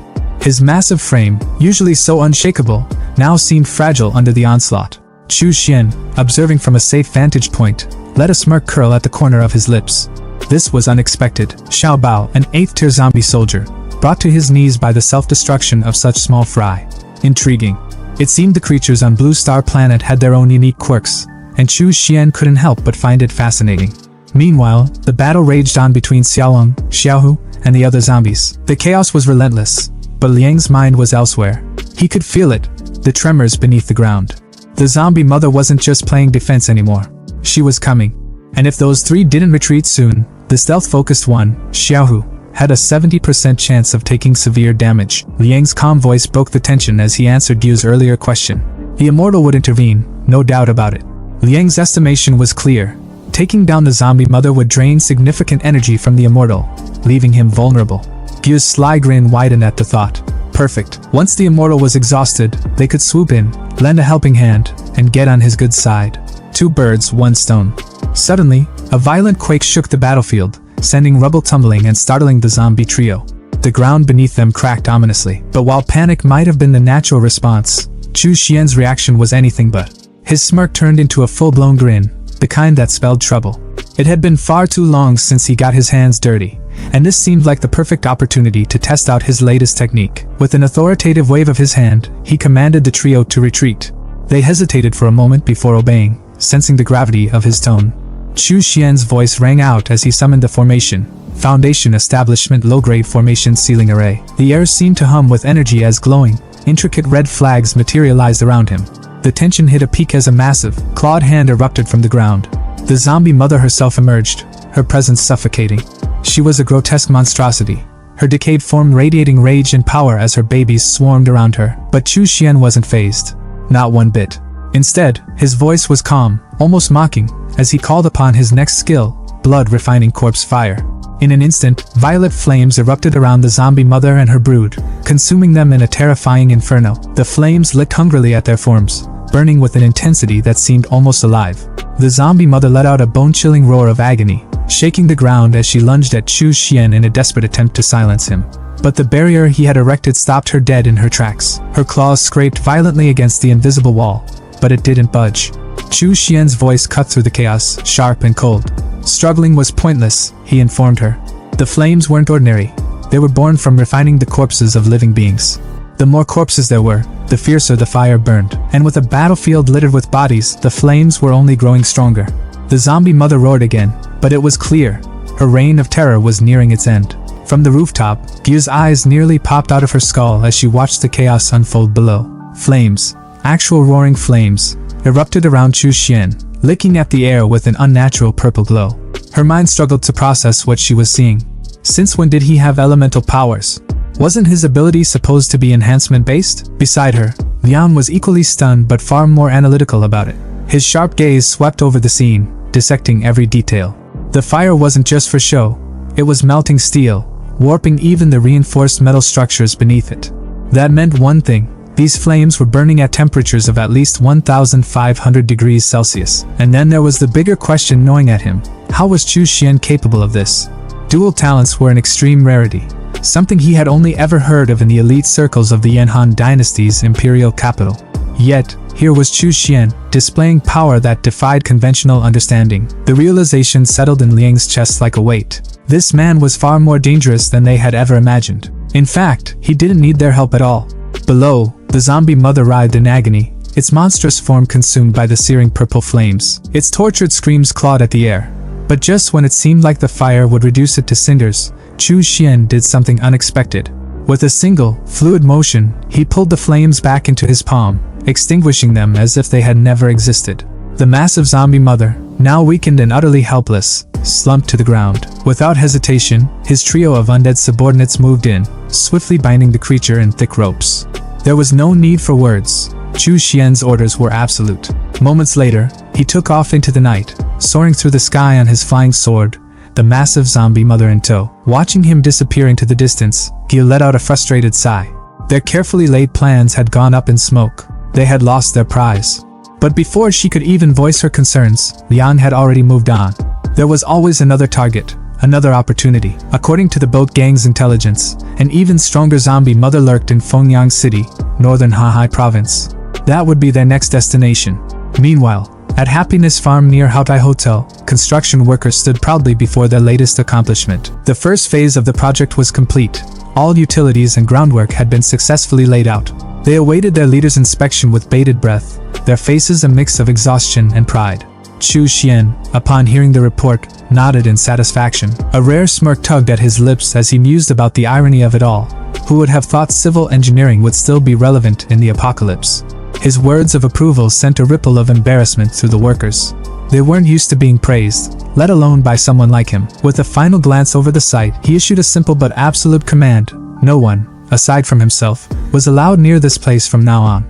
The workers bowed in unison, acknowledging his decree without question. Once they departed, Chu Xian turned his attention back to the bound zombie mother, who was promptly carried by his undead trio and unceremoniously dropped into a deep pit, one that had been freshly dug by the construction workers. He stared down at the creature, his voice calm, almost coaxing, as he laid out its new purpose. It would be allowed to live, and in return, it would serve a singular function: to produce weakened zombies. These creatures wouldn't be like the others. They wouldn't eat, they wouldn't move, they wouldn't even think. They would exist solely as the foundation of his farm. The zombie mother hesitated, its gaze shifting toward the cluster of eggs it had laid. There was a long, tense pause before it finally gave a slow, resigned nod. Chu Xian's smirk widened. Perfect. In just a few days, the eggs would hatch, and the resulting zombies would become nutrient beds for cultivating spiritual plants like meat spirit moss and blood demon fangs. But that wasn't even the best part. Every time a zombie perished within the farm, drained by the plants, he would absorb a portion of its karma. Efficiency and profit. This was how things should be done. A month passed in the blink of an eye. An immense red energy beam shot upward from the corpse volcano, shrouded in thick, swirling purple mist. At its epicenter, Chu Xian stood, his cultivation reaching a new peak. It was finally complete. The Blood Fiend Shadow. The technique, derived from the fourth layer of the Blood Fiend demon scripture, condensed essence blood and Yin Fiend energy into 3 pitch black shadows. These shadows weren't just for show. They remained hidden within his own, completely undetectable, waiting in silence. If he were attacked, they would automatically intercept 3 fatal strikes on his behalf. And if need be, they could retaliate, trading wounds for wounds, or even lives for lives. His moment of triumph was interrupted by a series of guttural roars. His zombie generals, Xiao Hu, Xiao Bao, and Xiao Long, stood before him, exuding an aura of newfound strength. A quick assessment confirmed it. Xiao Bao and Xiao Long had advanced to level 1 zombie general, while Xiao Hu had surged ahead to level 2. Chu Xian's grin widened. With 3 zombie generals under his command, he now possessed the equivalent of 3 Foundation Establishment cultivators. The sheer output of Happiness Farm had made this possible, allowing him to continuously harvest meat spirit moss and refine Tai Shui pills to accelerate their growth. If he had still been in Sichuan world, raising 3 zombie generals would have been an impossible feat. His gaze flickered to blood steel, his weapon, which had undergone its second transformation. It had fully awakened its talent spell, the boiling blood technique, summoning his underlings, including the warrior monk spirit, the twin-headed python spirit, his steel silk blood worm, and of course, his zombie trio. He surveyed his army with satisfaction. Every time he returned to Blue Star, his gains increased exponentially. But even with all his progress, a problem loomed. The Yin Fiend soul-draining formation was declining in efficiency. The daily production of Yin Fiend energy was barely enough to sustain his cultivation, let alone fuel the Fiend soul's needs. He didn't hesitate. Without a second thought, he activated his magical dimension-traveling mirror. It was time to return to Sichuan world and acquire a new formation. Back in Sichuan continent, the twin-headed python spirit coiled protectively around his cave abode.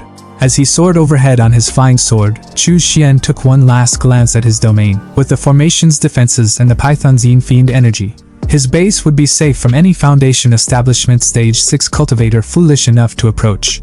Satisfied, he shifted his focus outward. His time in seclusion had been long enough. It was time to assess the changes in the region. Below, a group of Wuji sect disciples moved cautiously through the night, escorting a caravan of mortal craftsmen.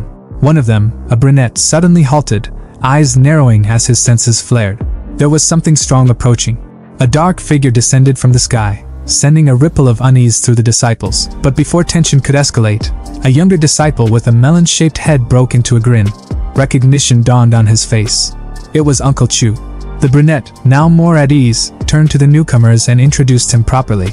This was Chu Xian, the Foundation Establishment cultivator of Extreme Yin Cave, their Uncle Chu. The younger disciple eagerly explained that they were escorting a group of mortal craftsmen to establish a new settlement.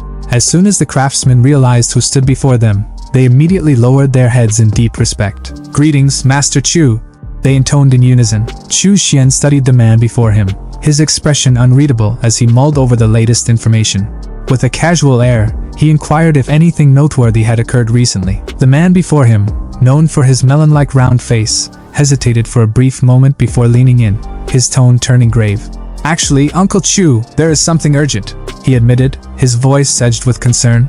He proceeded to explain that the Tianyin sect was preparing for a large-scale offensive against the native factions of Wuzhou. The catalyst for this escalation? A Golden Core elder had been ambushed, left critically injured and unconscious. This unexpected attack had forced the sect's hand, pushing them to accelerate their plans. Chu Xian's fingers brushed against his chin, a wicked glint flickering in his eyes. The full might of the Tianyin sect could easily crush Wuzhou's native factions if they truly committed to the cause. Yet, despite all these years, they had only managed to establish 2 small branch halls in Wuzhou. Their restraint wasn't due to a lack of power, it was strategy. They had been waiting for a justifiable excuse to act, and now, with this ambush, they had finally found one. There was no doubt they would seize this opportunity to mobilize their entire force. Lowering his voice, the melon-faced man whispered that many of the sect's cultivators were already gathering at the nearby mountain hall. The first wave consisted of 5 Foundation Establishment cultivators and around 70 to 80 Chi refinement disciples, but this was merely the beginning. Their demeanor was somber, filled with dread. It was obvious they were the sect's undesirables, the expendable pawns sent to the front lines. Chu Xian sighed, shaking his head. In war, the first to be sacrificed were always those without backing, the unfortunate souls caught in the wrong place at the wrong time. The melon-faced man smirked, stating they had even resorted to demonic techniques to bolster their strength. Chu Xian's gaze sharpened. The man sounded like he had been profiting quite a bit from them. The man chuckled, rubbing his hands together, claiming he had made some small gains from the Chi refinement disciples. But if Uncle Chu stepped in, he could earn even more. He patted the man's shoulder, amusement hinting at his expression.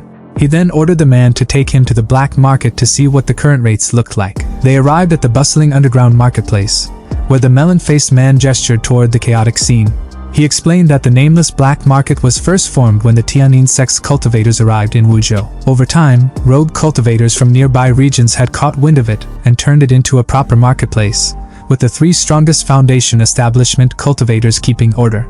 Merchants and buyers haggled over illicit goods. A vendor shook his head at an eager customer, stating that the blood beads were already sold out, and if they came back tomorrow, he would have more after slaughtering a village tonight. Nearby, an auctioneer raised his voice, calling out for bids on a mid-grade Yin corpse. Another shouted about a first Tegu worm, the last one available. Chu Xian's eyes swept over the wares, his expression unreadable. Blood beads, Yin corpses, goo worms. This place had everything.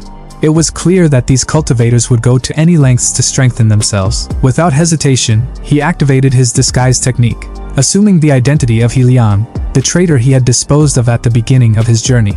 Glancing around, he felt unimpressed. Most of the items here were low-grade, nothing worth his attention. The melon-faced man leaned in again, his voice hushed, mentioning he had a few long-term customers who had bought plenty of beast blood beads from him. Chu Xian tossed him a bag without blinking, instructing him to sell these for him and promising a 10% commission. The man caught the bag and peeked inside, nearly dropping it in shock. His jaw slackened at the sight of large blood beads, Fiend ore-infused artifacts, low-grade and mid-grade spiritual weapons, rejuvenation pills, and recovery elixirs. His mind reeled at the astronomical amount of spirit stones a 10% commission on these treasures would yield. However, with so many valuables, greed would naturally follow. His whispered concerns were a little too loud, drawing sharpened gazes from those around them. Chu Xian, unfazed, summoned a towering, corpse-like entity from his magical tower, ordering it to accompany the melon-faced man and kill anyone who dared to make a move on him. A murmur rippled through the crowd, with one cultivator paling at the sight of the corpse general, realizing it meant its master was a high-level Foundation Establishment cultivator. The melon-faced man, now reassured, straightened his back, promising to handle everything. Meanwhile, Chu Xian's gaze turned toward a tea house, where Brother Chen had mentioned the market overseers resided. Approaching the entrance, he was stopped by a guard who declared, "No unauthorized entry." Chu Xian's response was simple. He released a fraction of his aura. The guard's face drained of color, and he collapsed to the ground, stammering his apologies, begging for forgiveness. Chu Xian coolly accepted the apology, but chillingly added that if he truly wanted to punish him, the guard would not be alive to apologize. The guard shuddered, promising to call for the 3 Foundation Establishment cultivators immediately. He informed Chu Xian that only one was present and led him to a private room on the 3rd floor. Shortly after, as Chu Xian sipped tea and gazed out the window, his business partner arrived. "Apologies for the wait, Taoist friend." The man greeted him politely. "I am Old Han. May I know your name? Chu Xian replied smoothly. He Liang. Old Han nodded. And what exactly are you looking for? Chu Xian studied the man. He, too, was using a disguise technique. Interesting. Without hesitation, he got to the point. Do you have the Yin Fiend Soul Refining Formation, the Tainted Blood Fiend Nurturing Formation, or the Soul Rebirth Blood Fiend Formation? Old Han's expression faltered for the briefest moment. His wariness spiked as he discreetly pulled out an artifact. Taoist friend, those are top-tier demonic formations. The 5 righteous sects are doing everything they can to eradicate them. They're nearly impossible to find. But how about this one instead? Chu Xian took the offered scripture and examined it. Fiend Nurturing Formation? He scoffed. This is only mid-grade foundation establishment level. I don't need it. Old Han sighed. The ones you're asking for are long gone. Even the remnants of the Wuji sect probably don't have them anymore. He paused before sliding another item across the table. This Fiend Nurturing Formation is still quite decent. I'll even throw in a formation manual as a bonus. He leaned forward slightly, his eyes glinting. If you have talent in formations, you might be able to combine this with other formations to meet your requirements. Chu Xian flipped open the scripture and skimmed through its contents, his sharp eyes scanning the intricate diagrams and notes. He gave a small nod of approval. It'll do, he murmured, closing the pages with a decisive snap. Without hesitation, he glanced up at Old Han. Name your price. Old Han's lips curled into a knowing smile, but before he could respond, Chu Xian spoke again.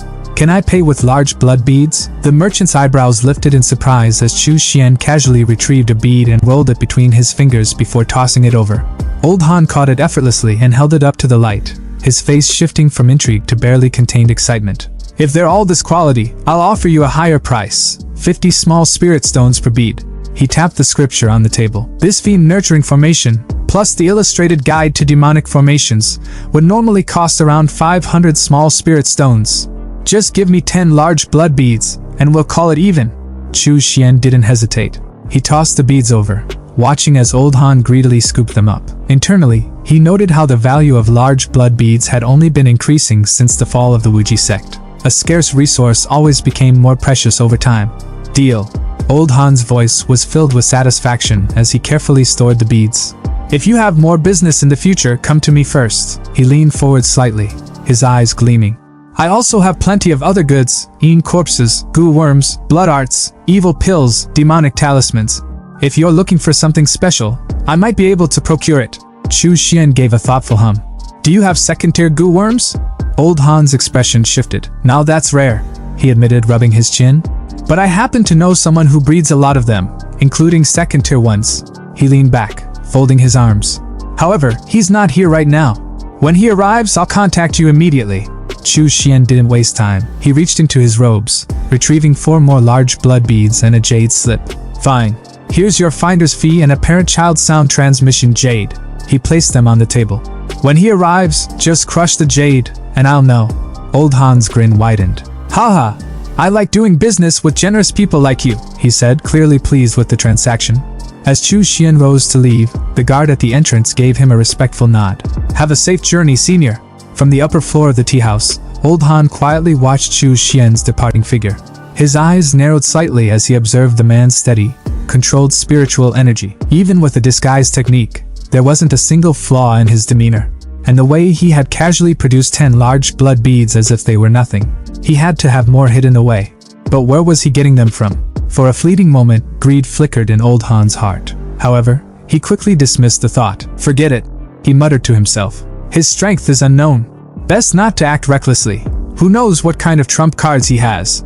He exhaled, shaking his head. As long as there's profit, that's all that matters.